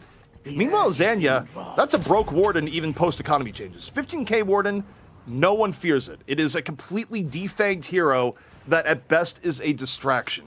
So effectively, yeah. You know who doesn't fear it? Who? Philly Dilly coming in with the sub. He doesn't fear a Warden. He doesn't fear being behind in souls. Mid boss gonna be spotted in here. There we go. Nice little picture. I love our production team. They're so good at their jobs. I wish I was as good at my job as they are at theirs. But we do see the urn still being controlled by Havocs, even with mid boss up. And we just see the engagement play with me, looking to catch out Hardeki, who's down to about half HP here. And honestly, he's gonna fall from this one. Nice little duo squad out of play with me and Prestis. And now that opens up the potential for a mid boss. Not only can they go for mid boss, but if they could just get any team fight engaged, period, it's going to be great. There's no front line remaining at all. I mean, I guess you have Demov, but that's about it. So you're not going to be too afraid here. The one thing you do, of course, have to look out for is the Ivy Steel. It is the one special that we've seen over and over again throughout Deadlock history. And PS, they look keen to contest here, Jason. I don't hate the early affliction. Start to wear them down so you can actually go for the engagement. I believe he only hit 2 though, as the Rejuvenator is going to be dropping. But will we see Let's go in for this one? He's going to have to go pull off a big steal. When we see both teams going to be stacked up on top of the Rejuvenator. Seismic Slam goes in as well. And the Rejuvenator is going to be locked in for DMS. So they do secure it with 3 kills off the back of that. Litz and Taz be the last 2 remaining. And DMS might have been able to pull this back into a 3rd map, as they're just going to snowball the rest of this game, looking for a Walker push on lane 2. Not to mention an Urn turn in. This is a lot of ground that DMS are going to gain. Not only does DMS gain a lot of ground, you look at what happened in that fight. That was just enormous amounts of poke damage being thrown out by both Wolfie and Prestis there. We've hit the point in the game where Pojilaya Skumbriya, they cannot exist in DMS's line of sight without things going very, very badly for them. And frankly, when you look at their comp, outside of a very well-timed swap with great fall through, outside of rescue beam somehow, they don't have the tools to kill Wolfie anymore. It's Wolfie's game. Well, it's his game, and you guys are just playing it at the moment as DMS looking to take us to a 3rd map for the first time in Deadlock Fight Night history here, as a Patreon will transform. The full respawn coming back into PS. So I expect DMS to back away from this one. Or are they going to stick around and look for the engagement? Are they going to look for some sort of fight here? Wolfie's already very low in HP, so he's going to have to back off. And I think DMS are hoping that PS might make a mistake here, overcommitting, overreaching in some sort of lane. Both teams going to reset, but DMS coming out favorable of the 2 with a massive 37,000 soul lead. Truthfully, given the Rejuvenator is still up, I'm a little bit surprised that DMS backed off there. I think it would have been a completely respectable call to stay in. They weren't really necessarily behind in ults coming up to a huge extent, and they still have a massive advantage. The only reason I could think of that they really wanted to back off in this situation is that Wolfie was at lower HP, and of course, if Wolfie goes down, the team fight changes drastically. So they decide to play it safe, but given the Rejuvenator they had, I still think that was something that they could have decided to shove instead. One thing we can't forget, though, ZP, is that we did have the souls gained on hero kill go up in the last patch as well. So sticking around, I mean, you're still giving a lot of gold to your enemies, or souls to your enemies, where you could just back away and go for the push later on. But I completely, can see and kind of agree with what you're saying, but either way, DMS, they back off instead. They do have the urn in the hands of Psycho. Not going to see any tech this time where he can bait a team towards urn or towards mid boss, since we still have to wait for those respawns to come through. But PS, they're still kind of sitting very far back. And as you mentioned before, a very open area. So this is actually not a bad position for DMS to fight in. You still have to be careful of this swap out of TAS. I mean, this is good positioning for Vindicta. And DMS, again, they have so much poke damage. Pojilaya Skumbriya, they can't really go in. They have to back out. Zanya's going to get caught, hit by the goo ball and the kitchen sink at the same time. And DMS, they can taste it right now, Jason. The first map 3 here in Deadlock Fight Night may be imminent. Off the early pickoff, they're not stopping. They're going straight on in. And it might just be inevitable. Is Hardeki going to get out? I don't think so. I just don't see any big ultimate on PS's side, though, to potentially stop them. It comes down to like individual mechanical skill. That yes, they did get 1 kill for themselves, but they have 2 dead for them, or 2 dead on their side of the fight. And actually, DMS are looking to back away. Losing Psycho might have been enough here for DMS to say, hold on, we're going to back off from this one, and we're not going to try to close the game out now. Caught, if anything, is going to complete the decision. And it's interesting that PS was able to just get 2 kills in that situation, because a lot of the times, Jason, that's it when you lose someone this far behind when you're dealing with the 37k Infernus. But I will say, these are still fights where there's a world that DMS could have stayed, but they are playing very safe Deadlock because they want to force the map 3, and they also know if somehow they screw this up, they don't get another chance. Exactly. Actually, can we start to take a cycle through Pojilaya Skumbriya's players, because they have only 1 flex slot. And we saw Ivy have, we see Pocket 5k souls to spend. So Ivy had 4 to 5k souls to spend, but they have nowhere to spend it. I feel like each of these players have so many souls, but no ability to spend, which makes it so difficult. Obviously Shiv here, 900, I believe he did just buy up an item. But this is like where it becomes really crunch time, I think, for teams to make those hard decisions. Like, what can I afford to sell to upgrade? Are we going to be able to pick up a flex slot anytime soon? And I'd say in PS's books, most likely not, considering DMS are controlling the pace of this entire game. I think right now, for PS, the #1 character you have to somehow kill early is Infernus. So you have to really look at TAS to see how the story is going to unfold. If TAS can land the Miracle Swap, get on the Wolfie, not have Wolfie get immediately rescue beamed in turn by Hapex, and then kill Wolfie, you might have a shot. But the reality is that the last 5 to 10 minutes of this game has been Wolfie adding onto a lead on one of the 1 characters in the game that it's really, really bad if they get this level of soul difference between the average farm on your team. So the amount of ways that PS has to actually win these fights, Jason, it's very, very limited with where we've gone in the game. I think a lot of it doesn't even come down to them. I think a lot of it comes down to DMS making a mistake for you to even have the opportunity to come back for something like this again. Only having 1 flex slot up against DMS who have 4 flex slots. And not to mention Wolfie with another 6k to spend. It shouldn't be possible for you to win out in a team fight if the team plays perfectly against you. So they have to hope for a mistake somewhere. One thing that I can give credit to PS was they did look for those catch-out plays. They all group in 1 building. They look for the buff to be picked up, and they go for the swap to make the fight happen. But I don't know if even that's going to be enough for them with the soul difference we have here and the flex slot difference we have. It's going to be difficult. And the thing we pointed out earlier, too, is that a Warden at 21k, when basically everyone else on the other team is at 30k, or in the case of Infernus, 42k, the Warden could sit there and be last standing 5 out of 6 people, and it's basically a summer rain. It's not effective damage at that point. Psycho, picking up the casting buff. Pojilaya Skumbriya, they just have to watch Jason. They can't do anything. They were setting up for something. They were setting up to try to catch them out. I think one big downside of this is Hardeki on the Shiv. You're not going to have a full rage meter, so you're not going to be able to ricochet off your knives. You're not going to be able to hit with a double dash. You're going to be missing a lot of damage in this fight that you're going to need. And while all this was happening, PS wasn't split pushing anything, so they were gaining nothing off of sitting there. And DMS come out ahead because guess what? They farmed up some jungle and they got the buff. I think they got both buffs actually. I think they did too. And Saf has survival, and it was Psycho to pick up casting. I look at this now, Jason, on the rotate, and man, DMS, they are just going for maximum soul lead. On the same note, do you want to go for the earn turn in there, given the fact that that is going to be a closed-in turn point? It's going to be very awkward. No, you know what they're going to do, right? They've done this before. They're going to bait the earn turn in, and they're going to start mid-boss. Yeah, yep, they're going to bait it. Right. So either you get mid-boss because they're gonna because they challenge the earn, or you get the earn turn in because they're challenging mid-boss. And as long as you can back away, not get caught by PS, it's a win-win for you as DMS. Jason, the swap missed. The swap missed entirely. The main pickoff potential for Pojilaya Skumbriya is not there. They're going to have an honest pickoff onto either Infernus or Vindicta if they want to have a chance, or maybe get a steal, but the concussive combustion onto the point. Abrams goes in just to make sure. The Psycho 13, 2 quick pickoffs as a result. Wolfie burning everything alive that even stepped near the pit. And now Pojilaya Skumbriya, 3 versus 6, Rejuvenator against them. Surely, Jason, this is the end. Oh, for sure. Has to be. I don't see any world where DMS can't close this out. I mean, what? It's a 21k Warden.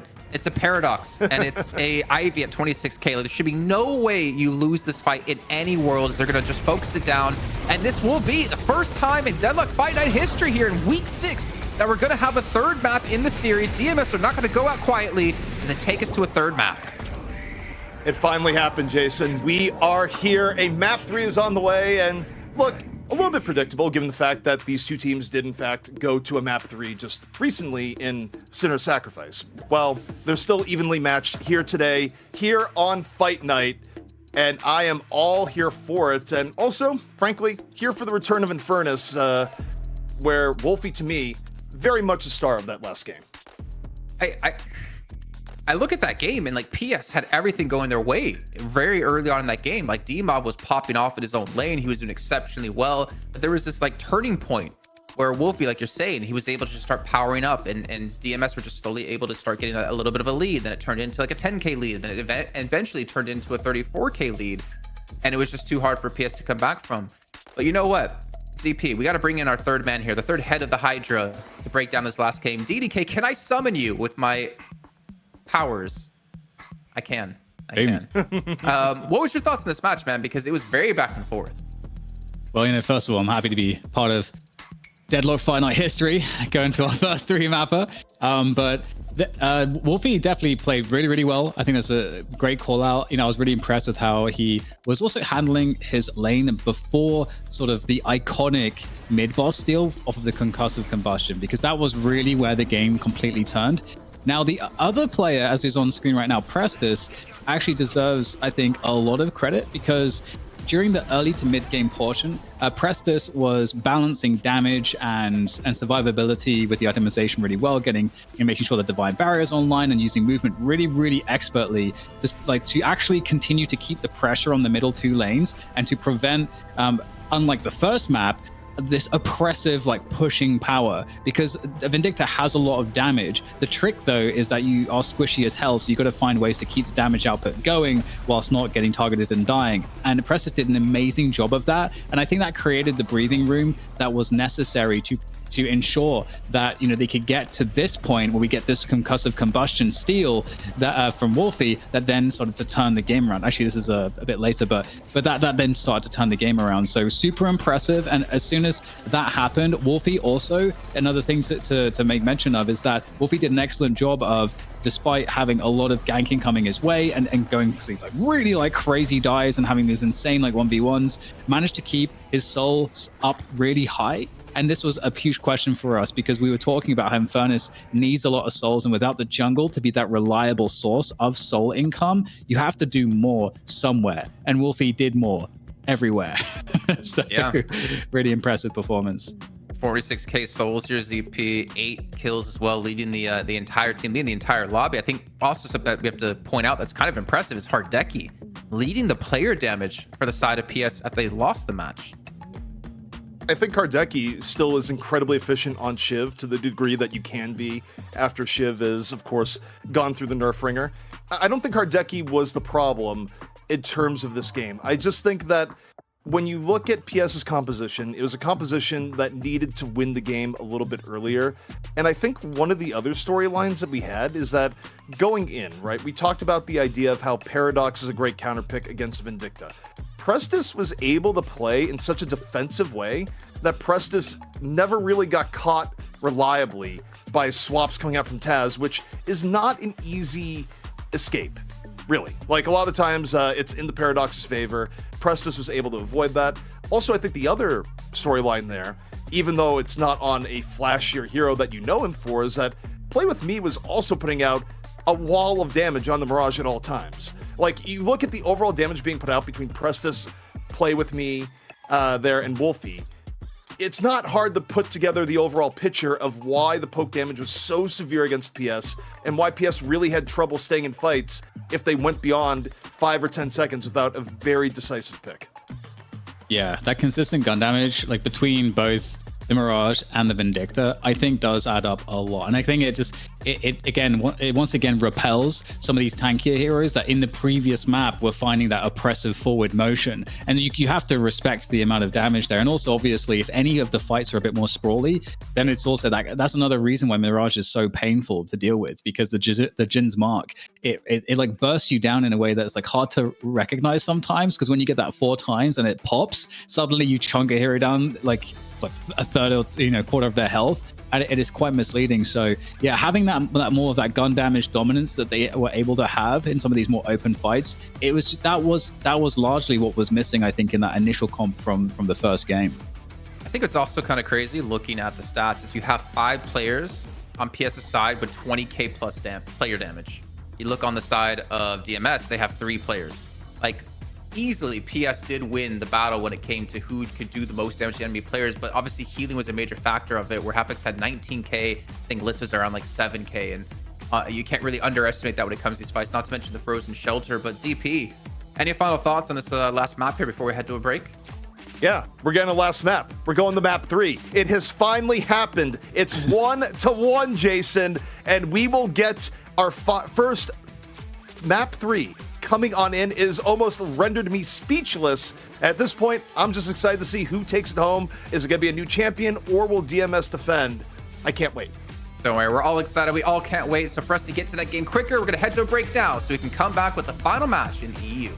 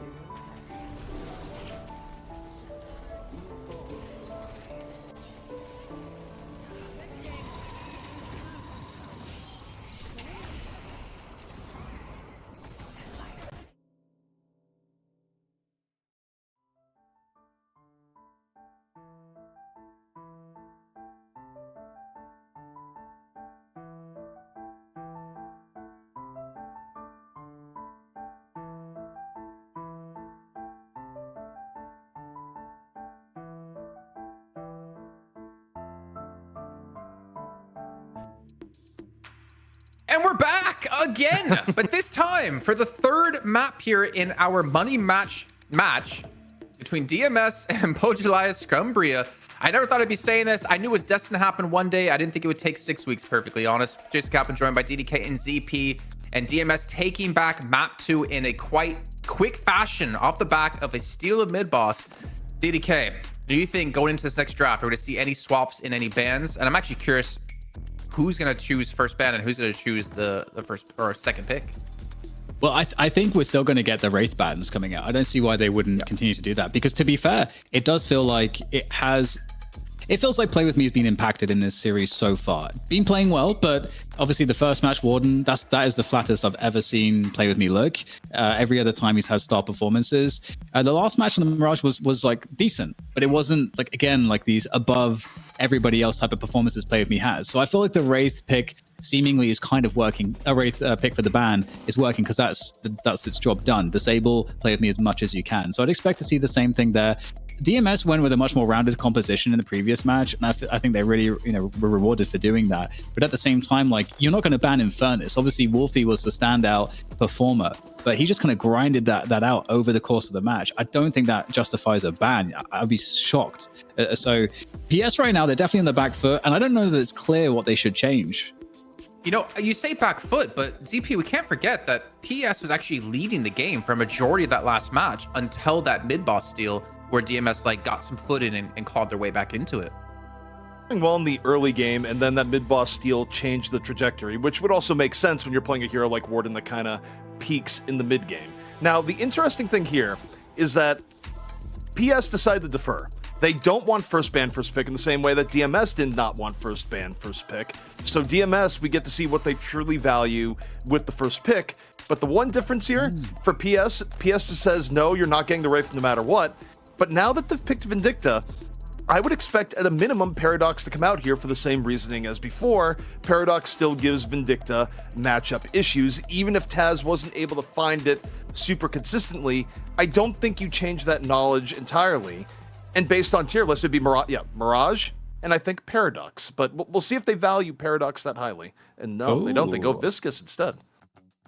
Yeah, two obviously what would be considered S tier, I would say, pickups. Again, my read on the EU meta is a little bit different. I feel like there's a lot more interpretation team to team in EU, but in NA, I would say that those two are definitely considered at the top of the picking list. So the Vindicta is interesting. Obviously, Prestis, like I was mentioning, I think Prestis did phenomenally well to really keep them in the game in the early to mid game before the steal of the rejuves. So we'll see what DMS values here, because obviously Viscous is something that they've been able to go to, and I think Viscous has been really nice at negating some of PS's picks as well. So Pocket and Abrams, obviously we saw Abrams go quite well for DMS just now, so happy to see that. And the Pocket pick, Pocket is always good, but is no longer insane. So you kind of do need a standout Pocket player, I think, to really convert well onto Pocket these days.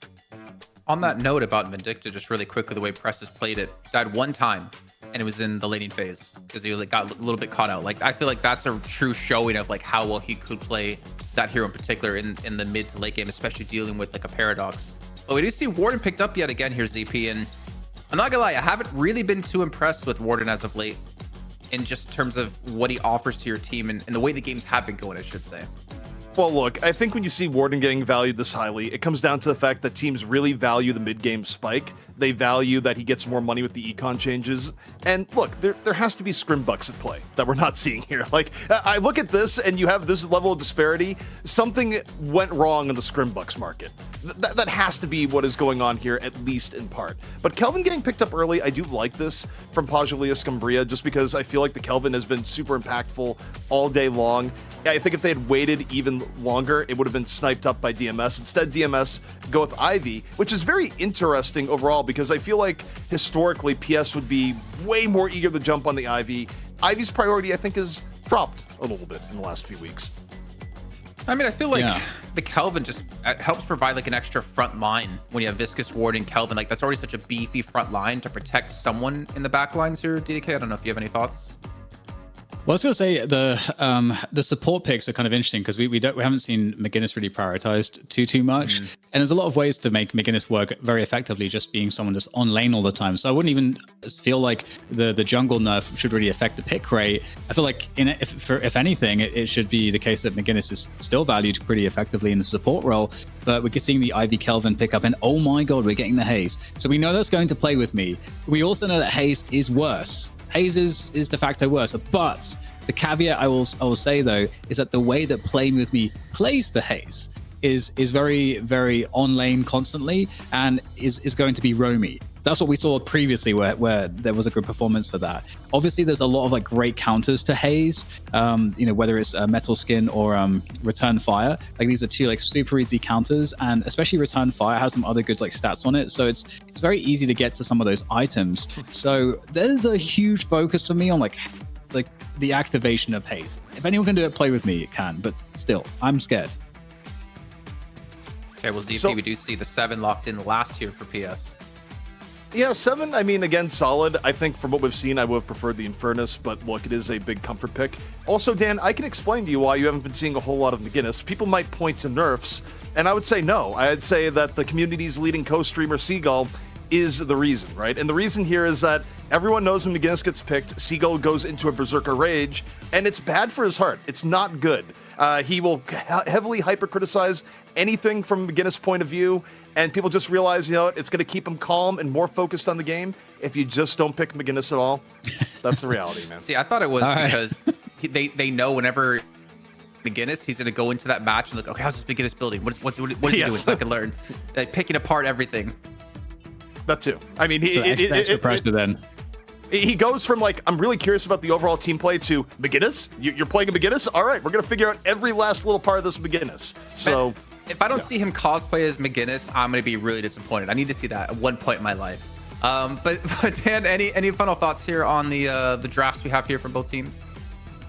Yeah, so I think so. First of all, Prestus needs to have another good game, obviously. I think looking after the two mid lanes with Vindicta, which you can do in those open spaces as well. Prestus showed that able to play that backline really well, be survivable. But really, it's the Haze for me. Like, how can Haze come online with Play With Me? That is a huge question mark. Haze is not really looked at as good. Feel like Haze is worse after the recent patch. So how are you going to make the D tier Haze work in this game? Well, we're going to find out here as we're loading into our final match of EU. The first time we went all 3 maps the entire way through. And it's DMS, the returning champions from last week, the last 2 weeks up against Pojilaya Skumbriya, the team they dethroned to get into the crown. Let's see how things are going to break down. And actually, if this is correct, which I'm not saying it's not, Play With Me is on Vindicta and Prestus is on Haze? Why am I talking like this? Okay, no, it is going to be updated. Okay, I got confirmation. I was getting real confused there. I was like, I mean, hey, it's possible. But we'll get that fixed here shortly for you guys. Production just wanted to see how much they can mess with Jason. They know it's getting pretty late over in Europe, and he's just going to start questioning reality as time goes on. But one thing I'm questioning here, Jason, you look at the solo lane, throwing up your Warden to get slaughtered by a Geist? I don't know about that one. That is such a difficult lane. Maybe Warden can make it work, but man, that lane 1 feels very DMS-sided. We'll see if Together can at least keep it even, but that is a tough lane matchup. I mean, you know what I'm thinking? Mercedes last week. Playing this from Pass. Just got slaughtered on Warden. Not necessarily his fault, but yeah, we definitely had critiques when it came to Warden in the solo lane, but we'll see how it's going to work out for him. It's going to be Together actually playing the Warden, which again kind of makes me think of like, Together normally is one of the carry players. Same with Play With Me, but we saw Play With Me in the first match play Warden, but that was in more of a dual lane. So interesting to see that both teams are kind of adapting their star carry players to, be able to play Warden here. Issue in solo lane, if for nothing else, is that his bullet speed is better now, but it's still a way slower bullet than most of the cast. So if things go wrong at all, the odds of you getting chain denied and things going rough are bad, but pressure onto the Abrams, and as I say that, you take a look at Together, getting pushed back a bit. Not necessarily lost or anything lane-wise, plenty of ways to come back in. So how this develops will be interesting, but also the pick potential of a Stake and a Haze, not the worst, but opportunities get limited, Jason, when you get this low in lane this early for Play With Me. Yeah, what kind of worries me is, right, is like he can't leave lane easily to go soak 2 lanes like he did last week up against Buff Enjoyers. So he kind of has to like stick around just to have presence with Prestus, so Prestus doesn't just get overrun or dove. And that kind of worries me because that was one of the greatest factors of Play With Me on the Haze. He got online so early because of the soaking between these 2 lanes, but I'm not gonna knock it too hard. He's definitely a much better player than I am. I'm not even gonna deny that, but looks like the first kill might come through. Here's Task gonna get caught out. Hopex. And of course, Saf actually going to be in the Abers this time, get a fairly easy kill. And a good start here at a DMS. Nice and simple in the lane 3. As we look at the other lanes developing, the one thing that's really interesting is Together has been doing a great job for Psycho 13. That's been a fair 1v1, no rotations, and Psycho 13 is the one that's getting pressured over there, Jason. You look at the souls, you look at the health bar, and that's a great job by Together in the Warden Geist matchup. Of course, the other solo lane that we're looking at now is the Mirage Pocket lane, which again can sometimes be a sleepier lane. I think sometimes Pocket can fall pretty far behind if they let too much poke come in from the Mirage, but both heroes can keep themselves pretty safe.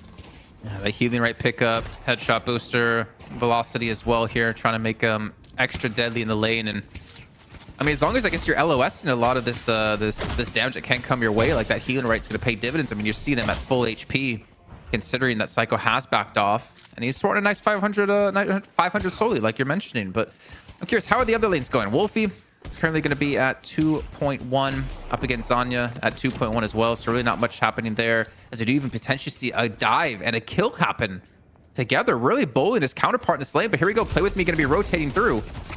Not realistically, not going to get a kill. Might actually get a punch into something here, but instead just goes for the shot. Fixate stacking up and at least helps his teammate out. Very effective. Not only is Play With Me got to grab a little bit of souls before leaving, but doing that level of HP damage just changes the dynamic, right? Where Warden's HP is now just low enough that a Geist bomb with a little bit of shots can be enough to take him out. So it changes how aggressive Together can be in lane. Speaking of aggressive, Prestus again find themselves under a bit of pressure from this Viscous. Stuck in the back. A lot of these lanes taking their toll in overall health, Jason. Yeah, you can tell like both teams really want to they just want to fight, man. Forget the laning phase, just give them the items, let them fight away. As it looks like Saf actually retreating back towards mid boss here. We're going to see the bullet dance come through, and obviously the Cube going to save at least Hardeki for a little bit of time, but eventually the kill comes through, and this is what you don't want to see if you're a PS fan. Play With Me starting to get online here. 4K souls with an early kill already. And the interesting thing also, when you put Warden in the solo lane, Warden isn't the absolute best at ganking, so it's not like Warden can come over and go, okay, let's shut down the Haze. Not that Haze is the easiest gank in the world. In fact, oh no, it's going the reverse. Yeah, the setup is here onto the Warden. Sleep Dagger still in reserve, lands the dagger, waits, heavy damage going in, the last stand out, and not quite enough, Jason. If it was just out maybe even a half second earlier, maybe Together is able to heal it back up, but it's simply not the case. I mean, it was the dagger into the stake to just make sure that target cannot move. And you see, Prestus gets back in lane in time to start soaking up the farm. He's at 4.3. Play With Me's at about 5K here. Completely head and heels above PS in terms of their top soul earner at the moment at 3.5 for DMOV. And also for chat, just wondering, since we haven't mentioned it, I believe, in this game, Sunset had some PC issues in the first game, so he unfortunately had to sit out. And DMOV luckily came in to sub in for PS, which is why you're seeing him over Sunset at the moment. So have no fear if you're a Buff Enjoyers fan. DMOV, to the best of our knowledge, still with Buff Enjoyers for now, just doing a solid. Again, he's done well too. Like last game, he did fantastic in the lady phase, and well, we're gonna actually see another gank on Together. Sorry to kind of burst your bubble there. Together, as he's gonna fall, another gank gonna Play With Me. But yeah, he did great, I'd say, so far in the series. Like he definitely hasn't been a weak player for the team. It's a trend here, Jason, of Warden and solo lane. Even when it does well, you will be ganked mercilessly. Over and over again. You mentioned, hey, Together, maybe they won't get the Mercedes treatment. Oh boy, they're getting the Mercedes treatment. I mean, you just have no escape, right? You have no real easy way to get out, whereas like a Mirage can tornado, an Infernus can flame dash away, a Wraith can just use the cards to get away. Like, you're really susceptible to these ganks, and I think that's why Play With Me is just like, I'm gonna keep farming this lane, even with Psycho down still in souls at the moment. Play With Me's up. I like the engagement there. I mean, it's 2 for 1, right? You're getting Play With Me to have a higher economy edge by going back and forth and getting kills onto the Warden, but you're also stopping the Warden from turning into a mid-game beast and letting your guys stay in. But look here, pressure onto the Abrams, swap through the wall, charging, but I don't think he's going to get away. Tass finishes it off in the end. And that's just mid-game Paradox power, Jason. Pure and simple. Just getting his redemption from his death earlier on. And Saf, I mean, it's also a dry swap too. The paradoxical swap coming with no Kinetic Carbine to actually allow it to happen. So really good showing out of Tass there. And at least PS are able to claw one back for themselves. Look at Hayes. Look at Warden. It just keeps happening. It's their... At some point, you have to realize you're going to look to your left. It's just going to be play with me there. With their hand out, going, please, feed me. Even more. I thought it was a 1-2-2-1, but maybe I misread it. Maybe it's actually 2-1-2-1. No, obviously, Play With Me just really trying to capitalize on the fact that you can't really escape too easily as Warden. And not to mention, like, Prestis isn't really having a hard time either here, as he's even rotating to lane 3 to look for a kill over onto Tass, who I believe is solo in lane 3. And we know, I mean, if Play With Me's already getting going, if Prestis can get any sort of assassinates off, like, this is going to be a very deadly 2 carries to deal with. Play With Me back over. Static charge coming in into the Puddle Punch. And for now, just trying to get away. 500 HP. Here comes the goo ball. Run like it's Indiana Jones, I suppose. 500 HP, though, able to get back into lane and quickly escape the danger. And what could have been a pretty brutal gank. If you sleep dart the goo ball, does he keep moving forward in a straight line, or does he just stop moving? I think it carries a little bit of momentum and then stops, but I might be wrong. It's not an interaction that you see a ton. Okay, I think that's what happened there, because like he had the sleep dart and then he kept moving like in towards the wall. Speaking of walls, Time Wall going to come in to deny any sort of push, but you know what? Abrams doesn't care about that. Saf to look for the charge in, gets the parry onto the Guardian as well, and Tass is being forced back. Looking for some reinforcements. The Bull Dance will be coming through onto together. Get a binding word right next to him, but the last stand will be enough. Not to mention Hardeki coming in as well, and they will finally punish Play With Me. I think one of the best benchmarks of Last Stand's power is its interaction with Bullet Dance. Where in the early game, a lot of the times a last standing Warden will beat a Haze going for Bullet Dance. But as you get into the mid game and especially the late game, the scaling completely changes it to where you just lose horrifically. But I feel like it's one of the best examples of Warden early game versus Warden late game in the fact that, hey, you can last stand and kind of sit in a Bullet Dance and have it be effective. Time Wall going to be coming through. Kinetic Carbine's going to land, and Tass being forced to back away yet again. We're going to have Zanya going to be rotating from lane 4 to help with this, but the Guardian's going to go down either way. Look at actually push the pressure on since they have support going to be there, especially with Litz on the charge. Again, another dry swap comes in, catches out Saf. Seismic Slam's going to come in, but he's going to slam his way back to respawn. As Tass again picks up another kill into Saf. Mid buffs coming up right here and now, Jason. Pojilaya Skumbriya going to be all over the right buff. Left buff immediately going to get scooped up in turn. And now the question is, how is Urn going to be played? Who's going to go for it? And what will the trades be? The first Urn, always interesting, Jason. And how teams try to play around it on a macro level. And generally, we're just going to see a team pick it up and run it away, right? I mean, we only have a 1k soul difference. A neutral turn in, but it's not worth a turn in of 4k souls if you're going to lose the team fight. And at least for this time, we're going to see Litz be able to pick it up and start to move over towards the left-hand side of the map. But we can already see DMS have been set up here. Multiple players looking to push in, even potentially to catch out Hardeki. Speaking of getting caught out, it might be Prestis the one to actually pay the price. You can have all the smooth movement on Vindicta in the world, but that's just too much pressure and a very well-placed Puddle Punch by Dmov. Ending it, but getting ended in turn. The tracking aim of Play With Me is always a delight to watch, Jason, and especially against one of the biggest head hitboxes in the game in 7. I'm just thinking to Play With Me play Overwatch. Remember DDK talking a lot last week about, you know, Overwatch players having the best aim in esports. Oh, now you get to talk about what's just happened on the screen. Task goes out immediately as Wolfie secures this kill. Even trying to chase onto another as they're going to dive in towards the Guardian here on lane 4. But Soul Urn looking to be turned in on lane 1 as we have Prestis able to rejoin the fight. The charge comes through, knocks him away as well with the cube. So he can't go for the turn in here. The fight's still going to ensue. Frozen Shelter right on top of the Urn turn, and Kelvin just trying to slam it in for Pojilaya Skumbriya. In the point, Frozen Shelter gives just enough cover to get it in. Sure, a few of the souls get denied. Pojilaya Skumbriya in a little bit of a lead, 5k, but oof. Hapex getting turned down, trying to escape the fight. Just all around, great interactions. The Urn turn in and 4 kills. Yeah. Like, that's the roughest thing that could happen. I mean, Saf went down first, and it just was a chain of really bad events that got worse. The Psycho's gonna go down as well, so it's 5 kills and the Urn turn in. I mean, DMS, I don't know, man. That's a really rough turnaround, and that's probably exactly what PS were hoping for here, as we saw in the last match of DMS just turning things around at the mid boss. But PS, what can they do with this advantage now? I mean, together he's at 11K. He's been able to catch back up to his team, pretty much be dead even with his team. And as we hit that mid game, you know, presence out of Warden, ZP, I'm assuming PS will be looking for some fights now. PS needs to get another good team fight, and they need to transition it into mid-boss ASAP. They will. I don't think they'll be stronger than where they're at now in terms of definitive game moments when it's relatively even, right? This is where they need to make it happen. If they could kill Play With Me here, it would be huge. The swap, though, just barely misses. But what doesn't miss is the pressure on the Prestus in the middle of the lane. So Prestus is down. PS continuing to try and make the most out of their map control, but they need something a little bit more decisive, Jason, or they need to start getting some walkers down while they have the advantage. The clock is ticking. I was having flashbacks to the last game, ZP. I was like, please, please do not go for mid boss here. Saf is still alive. He has Seismic Slam. He can completely steal this one away yet again here. So rightfully, they don't go for it, at least at the moment. And taking their lead, turn it into potentially a bigger lead. As you still see some items coming through from both of these two teams. I mean, PS slightly ahead when it comes to kills with just a 4 advantage. But again, those ability power points, 10-point difference between the two, which is definitely going to translate into a stronger fight. No, you talk about mid-boss and ways of doing it. Hang on. Play With Me.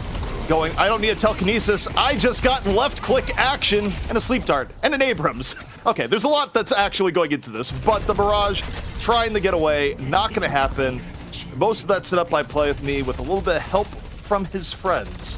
68K now, Jason. Doesn't eliminate the deficit, but does give a little bit of map control and potentially a walker. I was just thinking like Cat Girl and Friends. Maybe it's going to be Play With Me and Friends instead of DMS.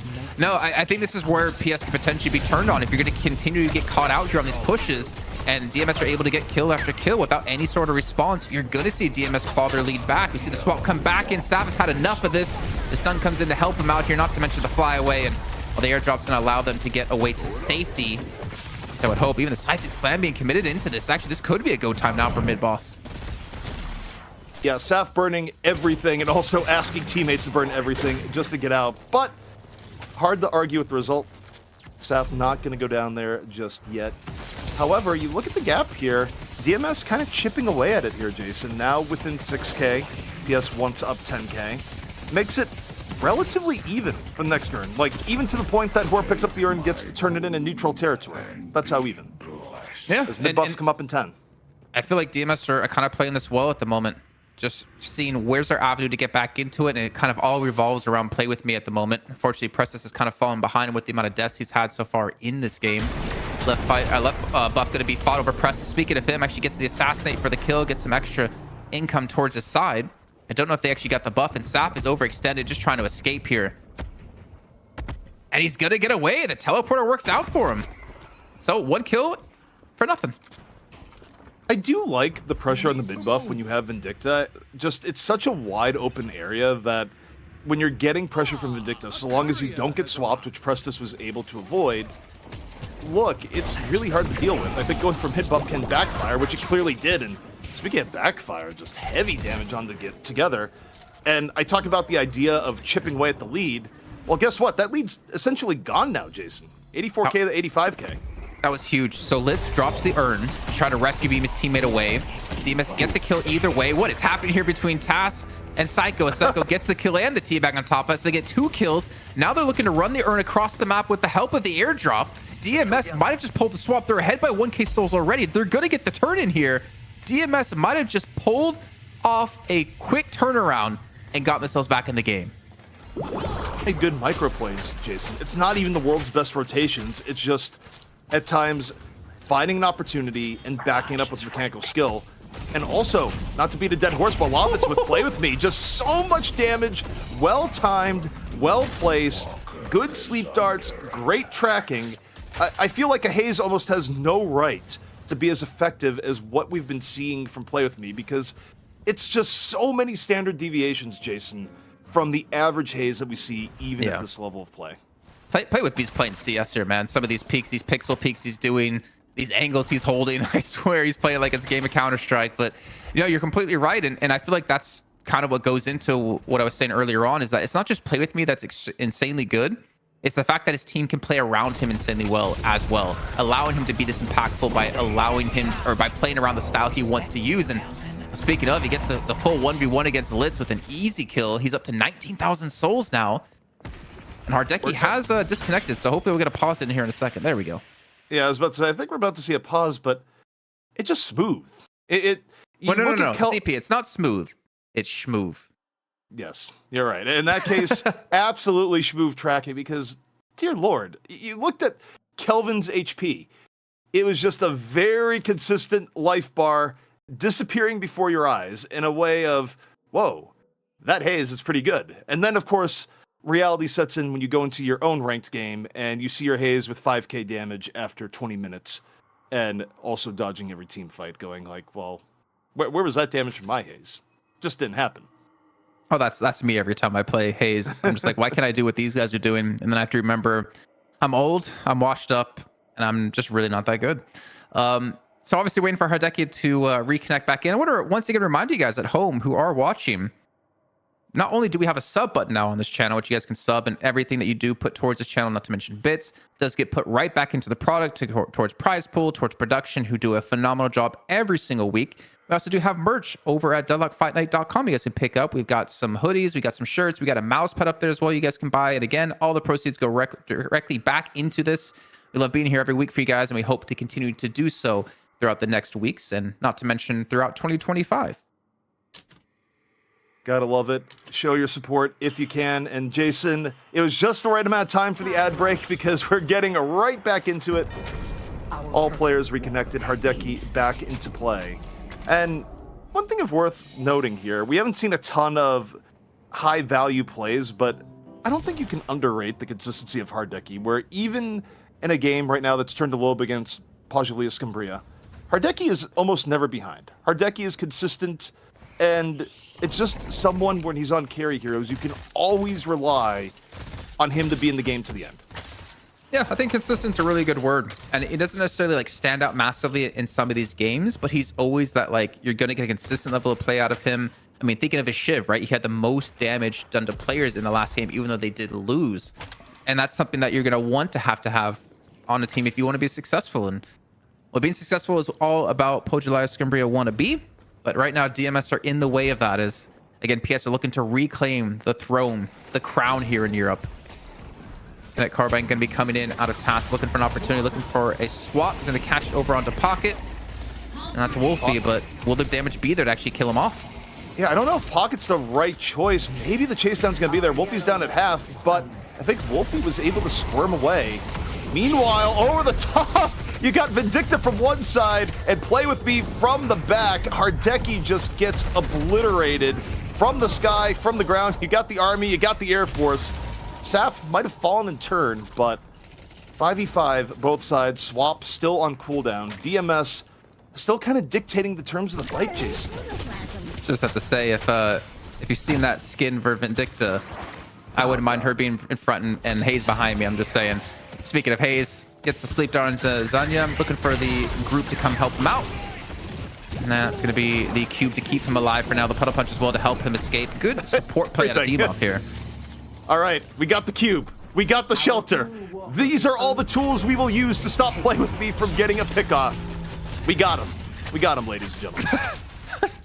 Come on, you can't use that reference here. But you're right. You're right. And I mean, that's a lot of ultimates, a lot of big ultimates to commit into this as well. Like that frozen shelter, I feel like is one of your win conditions here, especially if you are able to pull off a swap, deny any sort of chance of the rescue beam of saving them. As we're about to approach the 20-minute mark, I'm imagining ZP, the next fight's going to break out towards these buffs, either on the left or the right-hand side. Of course, mid-boss still yet to be taken, yet to be thought about by either of these teams at the moment. Where's Play With Me going? Gonna teleport over to lane 4. Oh, he's looking. He's looking for Hardeki. DMS, they're flooding on the right side. Left side buff, they don't really care about. That's going to go the way of Paradox. And it's gun buff, which not the worst on Paradox with some of the more recent buffs to gun Paradox, but even still, you know, might have wanted something different in the end. With the urn in the hands,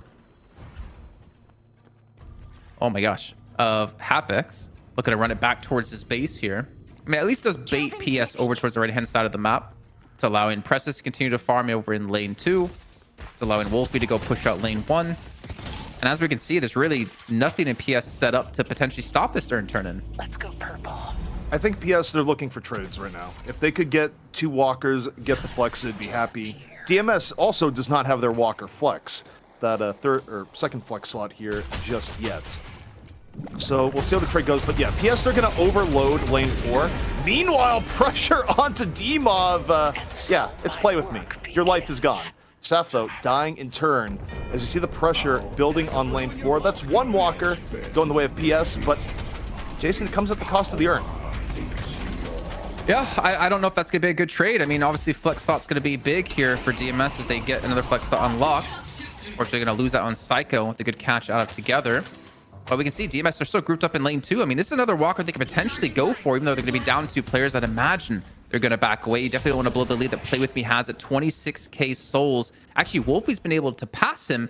And credit to Hardeki, as you're saying before. I mean, he's at least been able to match her at 26k. Obviously, he's been farming a lot of the jungle, but to keep up with the haze is going to be very important if PS want to have a chance to get back into this.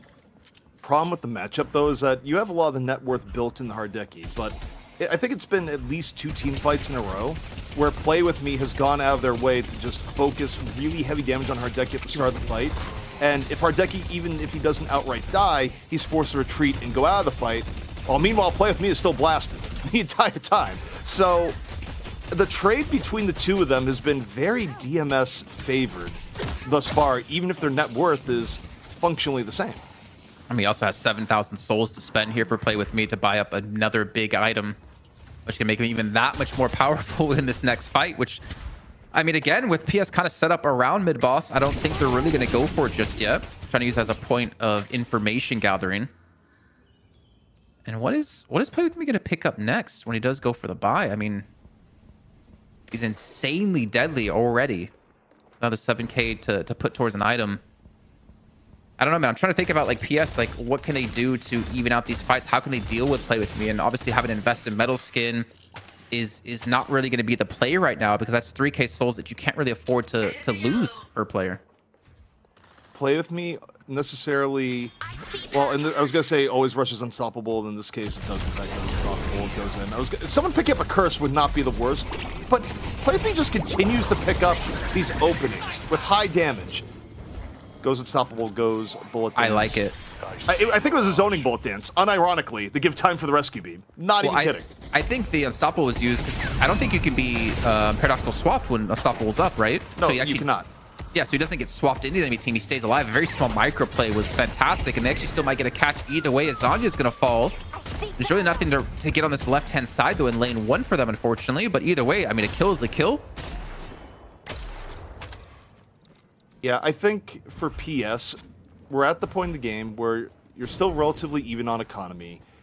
DMS and PS are basically playing a game of chicken, going who can make a big mistake, but you're continually giving up picks and pressure to Play With Me. The answer, to an extent, I feel like has to be Curse. Because Curse shuts down a lot of what Play With Me will do. Obviously, you have to hit it before Unstoppable comes into play, but usually you have opportunities to lead with it, right? So I think the trick with that is, EP, is that, like, who's going to be the one to invest into it? The Curse. This team comp, it would have to be either Viscous, Kelvin, or even the Paradox. You could build it on Paradox if it comes down to it. So so the reason I bring that up, right, is like it's obviously a big investment in souls, but also I feel like Play With Me has shown us in the past on Haze that he's so good at knowing when he can enter fights, because we're not really in any of these team fights. So realistically, I mean, I guess we did see the catch onto Litz before on top of mid. We had Demo there to back him up. Like, he has put himself in situations where Curse could punish him. But I feel like the second he sees that Curse, he's going to be like, okay, I'm going to stop going for that player, because he's still looking for picks around the map. I mean, he's currently in lane 1, potentially looking to pick up Zanya again. But I feel like he's just so methodical in terms of knowing what he can and can't win when it comes to a duel. True, but at the very least, you still have it available in team fights, and you also have a little bit more predictable behavior on where he's going to go for. I mean, look, it's not a great situation when you're dealing with the Haze. It's kind of bending the rules of the game. But it is what it is at this point, and just finding solutions to slow it down and say, look, DMS, you're going to have to beat us another way, where, frankly, the way Process and Wolfie are doing, they do have other ways, but the Haze play has been the standout thus far. Yeah, don't get me wrong. I'm not disagreeing with you. It's just more of, I play with me. I mean, we're not really seeing those big team fights happen. It's been more of these little tiny skirmishes where he catches someone out and then they get a kill or two off of that. It hasn't been these big 6-on-6 fights or even 5-on-5 fights. Because we're not really seeing the split pushing happen out of Pojilaya because they're really scared to play with me. Oh, and here we go. This could be difference maker. A little bit of pressure on the mid boss. Both teams, though, being very, very respectful here. The mid boss didn't even scream yet. Yeah, I don't think. Isn't that very? I mean, if you see a team make it scream, then they back away and they don't actually force the fight off of that, then you never know when mid boss is actually being taken. So, no, until it dies, right? But. I almost feel like there's, I don't know what the second part is, like if you see a team make it scream and then, you know, some other part there in terms of just, you know, ancient mid-boss wisdom of how to handle the mid-boss and take it with care. But DMS, they're keeping the pressure on up. They want Pojilaya Skumbriya to come in for this fight. Yeah, well, I stopped on the screen part because chat didn't like my last comment I made about Vindicta. So we'll move on from there as, again, they obviously at least pulled the attention out of PS here towards mid-boss. We're not seeing anything Kappa's off the back of that just yet. As you see, maybe a slight skirmish breakdown here. Connect Carbine's going to come in, but doesn't stop play with me because you know what? He has Unstoppable. As Wolfie's going to pick up Hardeki, the first kill on the side of DMS, and PS, I feel like just trying to run away here, just trying to save face, try to keep everyone alive they possibly can because they know if they lose anyone else, they potentially could lose mid-boss off the back of this. Jason, Hardeki is a marked man to where I think Hardeki needs to get a Veil and needs to get it soon. Every team fight is opening up with Hardeki just getting hit from all sides. It's getting hit from all sides. Pressure now onto Pocket, and we got... This is a spicy pause. That's the worst time to have a pause. Play with me. I mean, I can understand it. Play with me disconnects. You definitely want to have him in the fight, but poor Wolfie here. He's like, haha, I'm in trouble. Like that meme from The Simpsons. Yeah, this is a strong Ralph Wiggum energy that's coming in. Where the frozen shelter is down. You got Kelvin in front. You got Mirage in back. You quite literally cannot escape. I think he just used his briefcase also, so Wolfie's odds of living, not great. But it does give us time to talk about team fights, and it was almost a blink and you miss it moment, but Hardeki got hit from multiple ends, I think including a press to snipe, and it's been the theme all game long, where Hardeki is getting very hyper-focused, even through cube at times, where maybe there's a cube that comes in early and then the pressure comes in right after.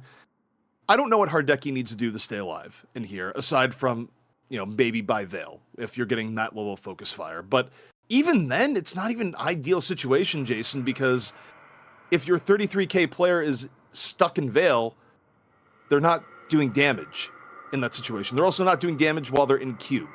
So it's been win-win for DMS, where either Hardeki hits the floor, Hardeki's in cube, or Hardeki is running away. Either way, you don't have a 33k7 doing damage. Can we just appreciate, by the way, this little like overlay of the split screen between those two? That was phenomenal. Mid-boss will go down, so the fight's going to continue. Wolfie has yet to be finished off, though, as we saw him in the frozen shelter. That's going to be Task going to be coming through to looking for the stop. Somehow they're rejuvenated, and he gets the steal? How does he pull off the steal against 3 players of DMS? Just incredible timing, threads the needle, and Pojilaya Skumbriya, the current champions of Europe, well, they might be down, Jason, but they certainly are not out. That steal buys them time. What? How does Tash just walk in and steal? Hello?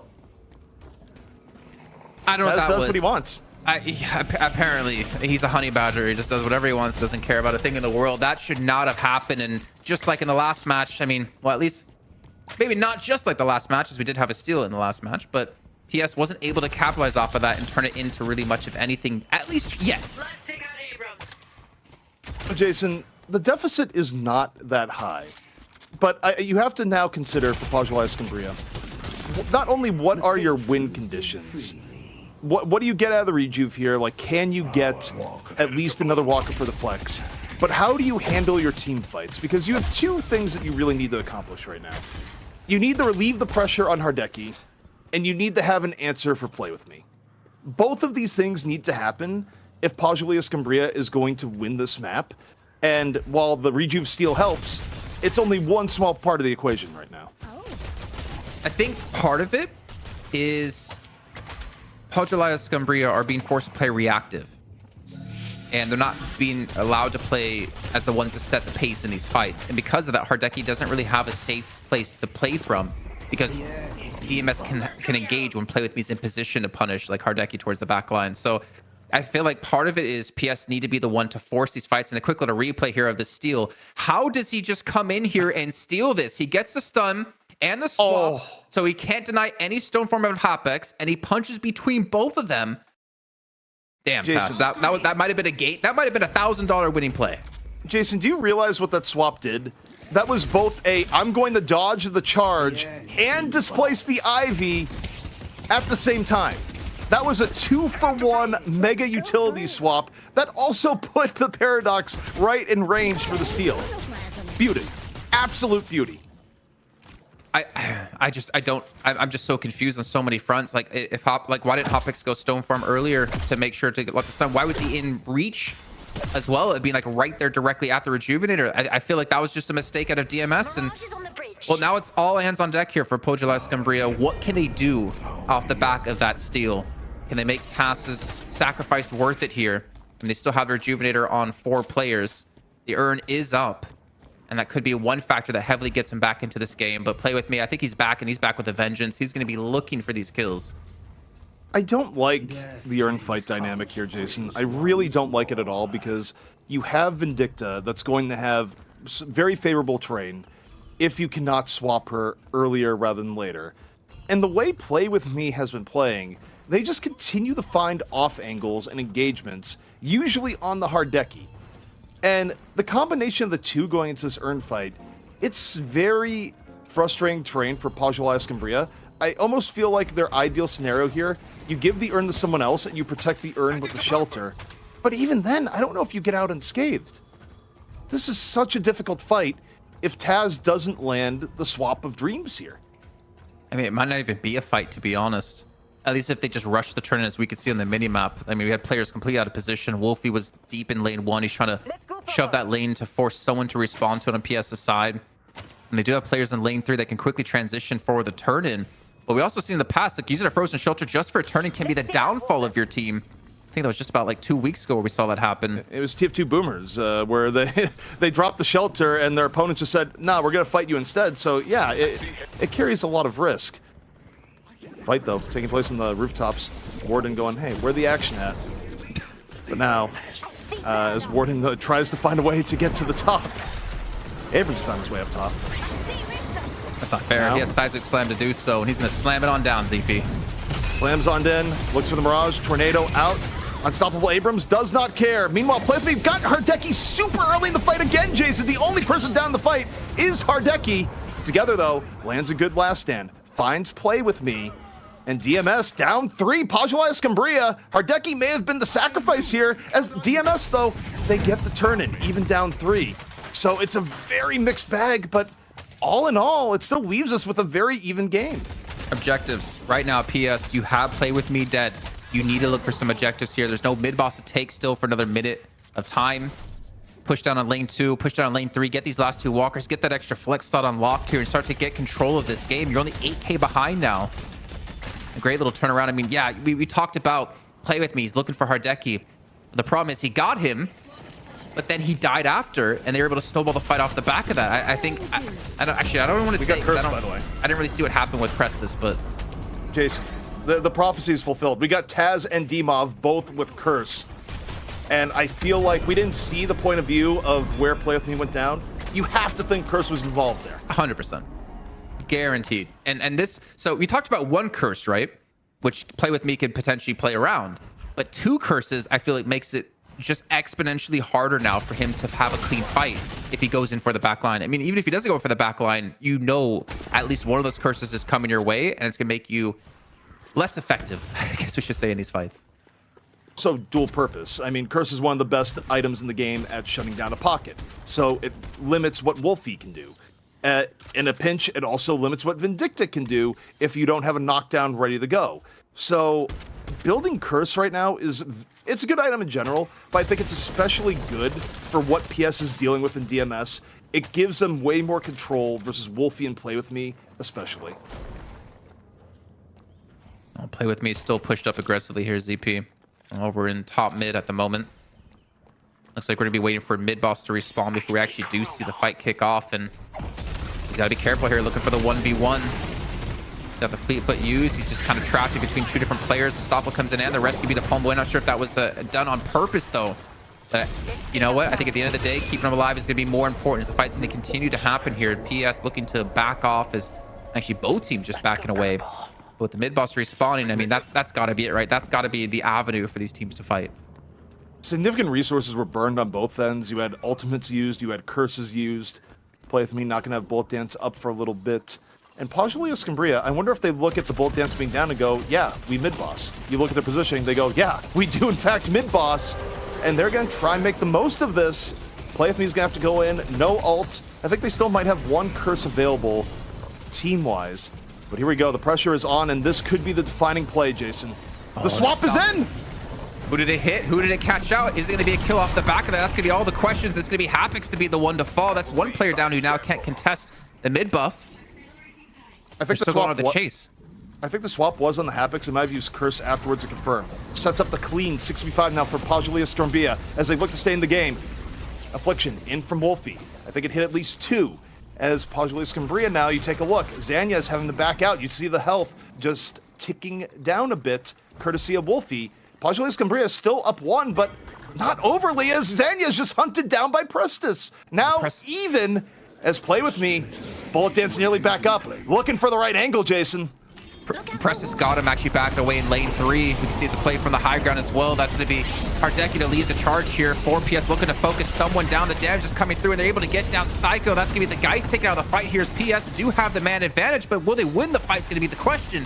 As mid-boss has not been finished off here, and DMS have been able to force PS back, at least for now. Enemies have breached. Rotations worked out too. Hardeki was not under the gun for a change. And oh boy, Vindicta down to the subway. Goes for the assassinates. Down goes Demov. Bang, bang, bang. The birds will deal with them. No fourth bang though, unfortunately. No. Didn't need it. Got it in 3. And that does turn it into a man advantage for DMS. But you can just see, I feel like ZP right now, both teams are just so cautious about this next fight because they know the next fight will basically decide the game here, decide who wins the King of Europe and who takes home the $1,000. That's going to be Sap. Ethereal Shift going to be used as he's looking to back away now. And Hardeki, we're seeing his point of view and what he can really do here without the threat of Play With Me there. Leaning in a ton of damage onto the Abrams. Over the top. Gets hit the slowing hex. Play with me. Hop pursuing the Hardeki from behind. Hardeki turns, drops a lightning ball. Tass already down. Wolfie with 2. Bleeding him dry on the pocket. Stormcloud now out from Hardeki. Under fire. Stays alive. Gets hit by the crows. Low HP. Dancing around. Another lightning ball as Wolfie continues to pick them apart from behind. It's down to 2 for PS, Zanya, and Hardeki. And Hardeki's very low in HP. He's going to have to back away. Or does he? He takes down Wolfie down to a 2-on-2. Now Psycho and Prestis. The Psycho has respawn back in. Full HP. All cooldowns up. He's looking to join this fight another time as Zanya and Hardeki are still low on HP. He's going to get the catch onto 1. Zanya uses the tornado escape here. And mid-boss, it's still alive. Both teams disengaging the fight completely. And at the end of the day, I mean, PS only have a 3k soul lead. Trade-out fight like that gives us a very even game, and oh wow, Pojilaya Skumbriya, they go, only 3, no problem, you only got 2, we're going for the mid-boss. And what is this contest gonna look like here, Jason?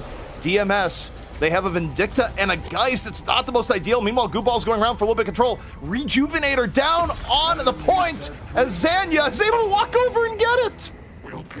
Yeah, they disengaged and went back in to just finish off the Rejuvenator, and DMS forced to back away now. PS, I mean, it's gone both ways in this third map alone. I mean, I feel like a week or 2 ago, we had some of the best matches we've ever seen in Deadlock history. But ZP, I think we might have a new king of best matches here in this best of 3 series. Skumbriya has shown really good adaptiveness. We've seen the tactics evolve over the course of the fight, where Hardeki, better positioning, getting items to protect himself, his team getting curse, Play With Me, not necessarily getting their way in the latter half of this game. And yet, you have to imagine DMS is going to evolve a little bit tactically here too, Jason, as we enter the final act in the final map here in Deadlock Fight Night EU. It's been a journey. And the last time we saw DMS push like this was last week against Buff Enjoyers. It was the 3 ethereal shifts to deal with Play With Me on the Wraith. What is Play With Me going to pick up now to deal with the 2 curses that are stopping him on PS's side? Not to mention the urn's going to be turned in. I mean, at this point of the game, 40 minutes in, 10K, 15K souls really isn't that much between the two teams. But what's his answer to these curses? Does he have to delay the fight even longer? Can he even delay the fight long enough to get both of those curses out so he can go in cleanly? I think when you start getting this many curses involved, it really gets a little bit more chaotic. It gets a little bit more scrappy, and you can try and time it as much as you want. Obviously, items like Unstoppable can help a lot in that regard, but 6 seconds versus something that can just be put on you at any point.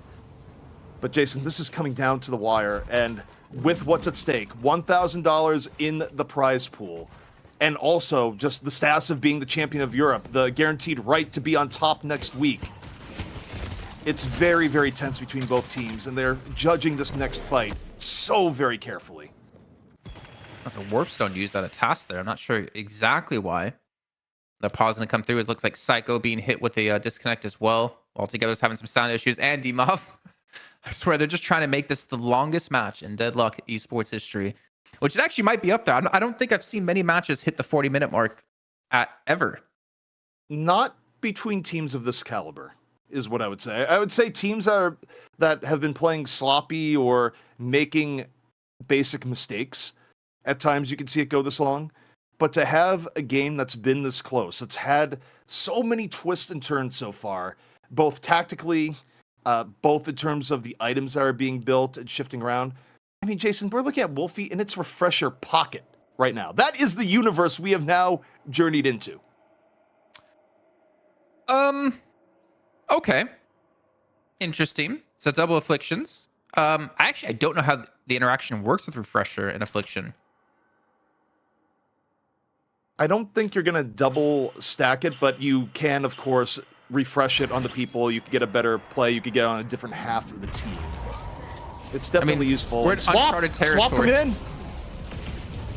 Yeah, the rescue beam stopped it, though, so not that big of a deal. Or did it, actually? I thought Hoppers didn't go through. He's going to fall from this one. And PS might be looking to close out the game. The first set of Guardians at the base going to fall 2 shrines thereafter. What can DMS do to hold on? DMS holding on for dear life, going, play with me. Can you save us one more time? We're under rejuve pressure. We're down 1. The shrines are down. Prestus is down. Pojilaya Skumbriya.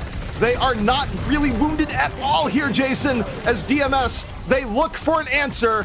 Their tournament life and the $1,000 on the line. Task, he got him the steal on mid-boss.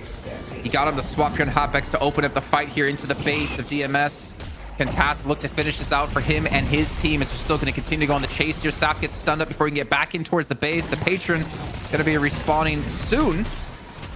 But realistically, what can they do? I mean, Seismic Slam, not to mention the bullet dance, could be enough here. You're still going to see PS respect this. The Seismic is going to come through looking for an initial stun onto one player, but what's going to be there to back him up with is esports to back off on very low HP. Metalskin comes in to stop Play With Me, and the curse on top of that. Play With Me can't do absolutely anything. The Storm Cloud comes in as well, and this is going to shut down DMS. Pojilaya Skumbriya are going to look to take this one, reclaim the title of Europe, and take home the $1,000 EP.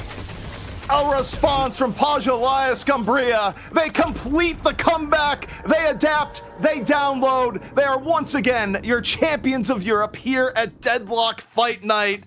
Jason, what an incredible match, and also See, just look showing. at the bottom. Look at the roster. Sunset, Hardeki, Zanya, Task, Lids together, and Demov. You got to give my boy some credit here for subbing in for the team. Yeah, Demov coming in when Sunset's PC. The matches were too hot, Jason. It quite literally blew his PC to Kingdom Come. But Demov came in, the substitute that was needed, put them over the top. This match had it all. It really did. It felt like it slowed down at a few points, but it slowed down to give the match time to breathe, for good decisions to be made, for great plays on both ends.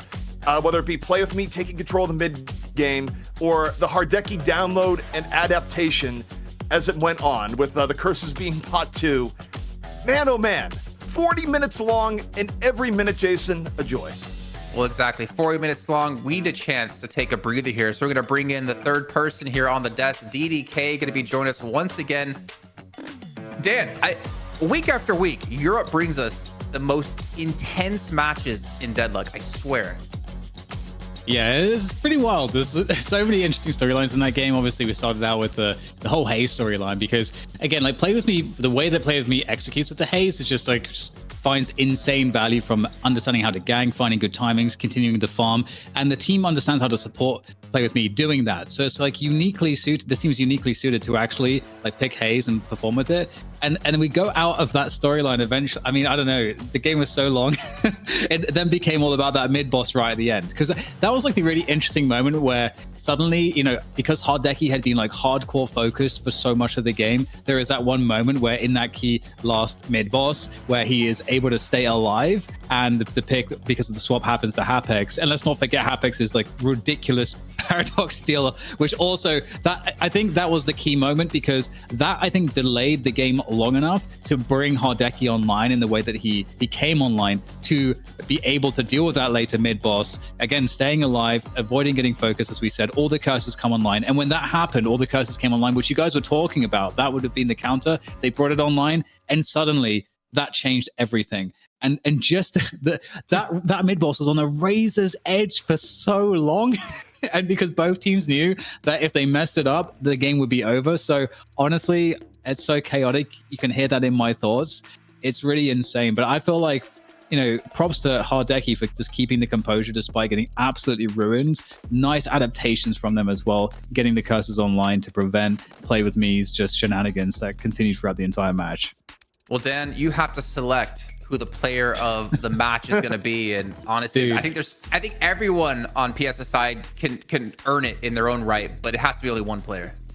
Yeah, it's really difficult. You know, you want to give the honorary shout out to Demov for doing such a good job in the supportive role on the Viscous, but I think it kind of has to go to Hardeki, because Hardeki, again, under so much pressure, able to just continue to just, you know, keep the souls up, you know, ensure that he was able to do what he had to do as soon as his team enabled him to do it. Because, you know, I guess it comes to that cloud form ultimately at the end of in that mid boss that turned the fight. And that was just because, again, his team enabled him to do so. But again, if he wasn't playing so effectively on the 7, obviously he wouldn't have been in the position to succeed like that in the first place. And that really turned the game. And I know you guys were talking about how 7 is not necessarily like considered as high a value a pick maybe in NA, but it's very favored in EU. And we can see that, you know, if games really do go long, it can really be the decisive factor. So, you know, props to Hardeki for his performance. Yeah, ZP, I mean, looking at that game, I think as we almost forgot about his Shiv play in the first map of the series was fantastic. Not so good, unfortunately, in the second map. But, you know, for Shiv, who we've seen his pick rate go down quite heavily with the recent changes, Hardeki still makes it look insanely good. I think to a degree you hit the point of pick the player, not the hero. And with the consistency that Hardeki has and just innate attributes of the Shiv, I think there's definitely a situation where Hardeki, because of his ability to always get ahead, it seems, well, Shiv is always going to be good in Hardeki's hands if you get ahead, because it's a hero that does well when ahead. But I love the adaptation here. Storm Clouds at the right time, Metal Skin at the right time, getting over the final boss that was Play With Me for a lot of this game. And look, Play With Me got the better of Hardeki a lot, but at the end, it was Hardeki that was left standing with good item usage, great Stormcloud timings, and it's not like Hardeki did it all alone. The curses coming in from his team, of course, really sealing the deal and completing that level of protection onto the 7. But you take a look here. Hardeki top damage overall for his team. No, actually outdone a little bit by Together. So Together still got good value on the Warden. Wolfie, of course, was doing ridiculous work on the pocket. I mean, across the entire game, yeah, I think there's a few points here you could go and be like, maybe they didn't have the best game. Maybe it wasn't the most impactful Abrams game, but both these teams played their hearts out. I mean, Dan, honestly, I thought you were going to give it over to TAS, because with that steal, buying so much time for those curses to come online, I thought you were going to give it to him. But I mean, Hardeki, I think that's also a very, very solid pick.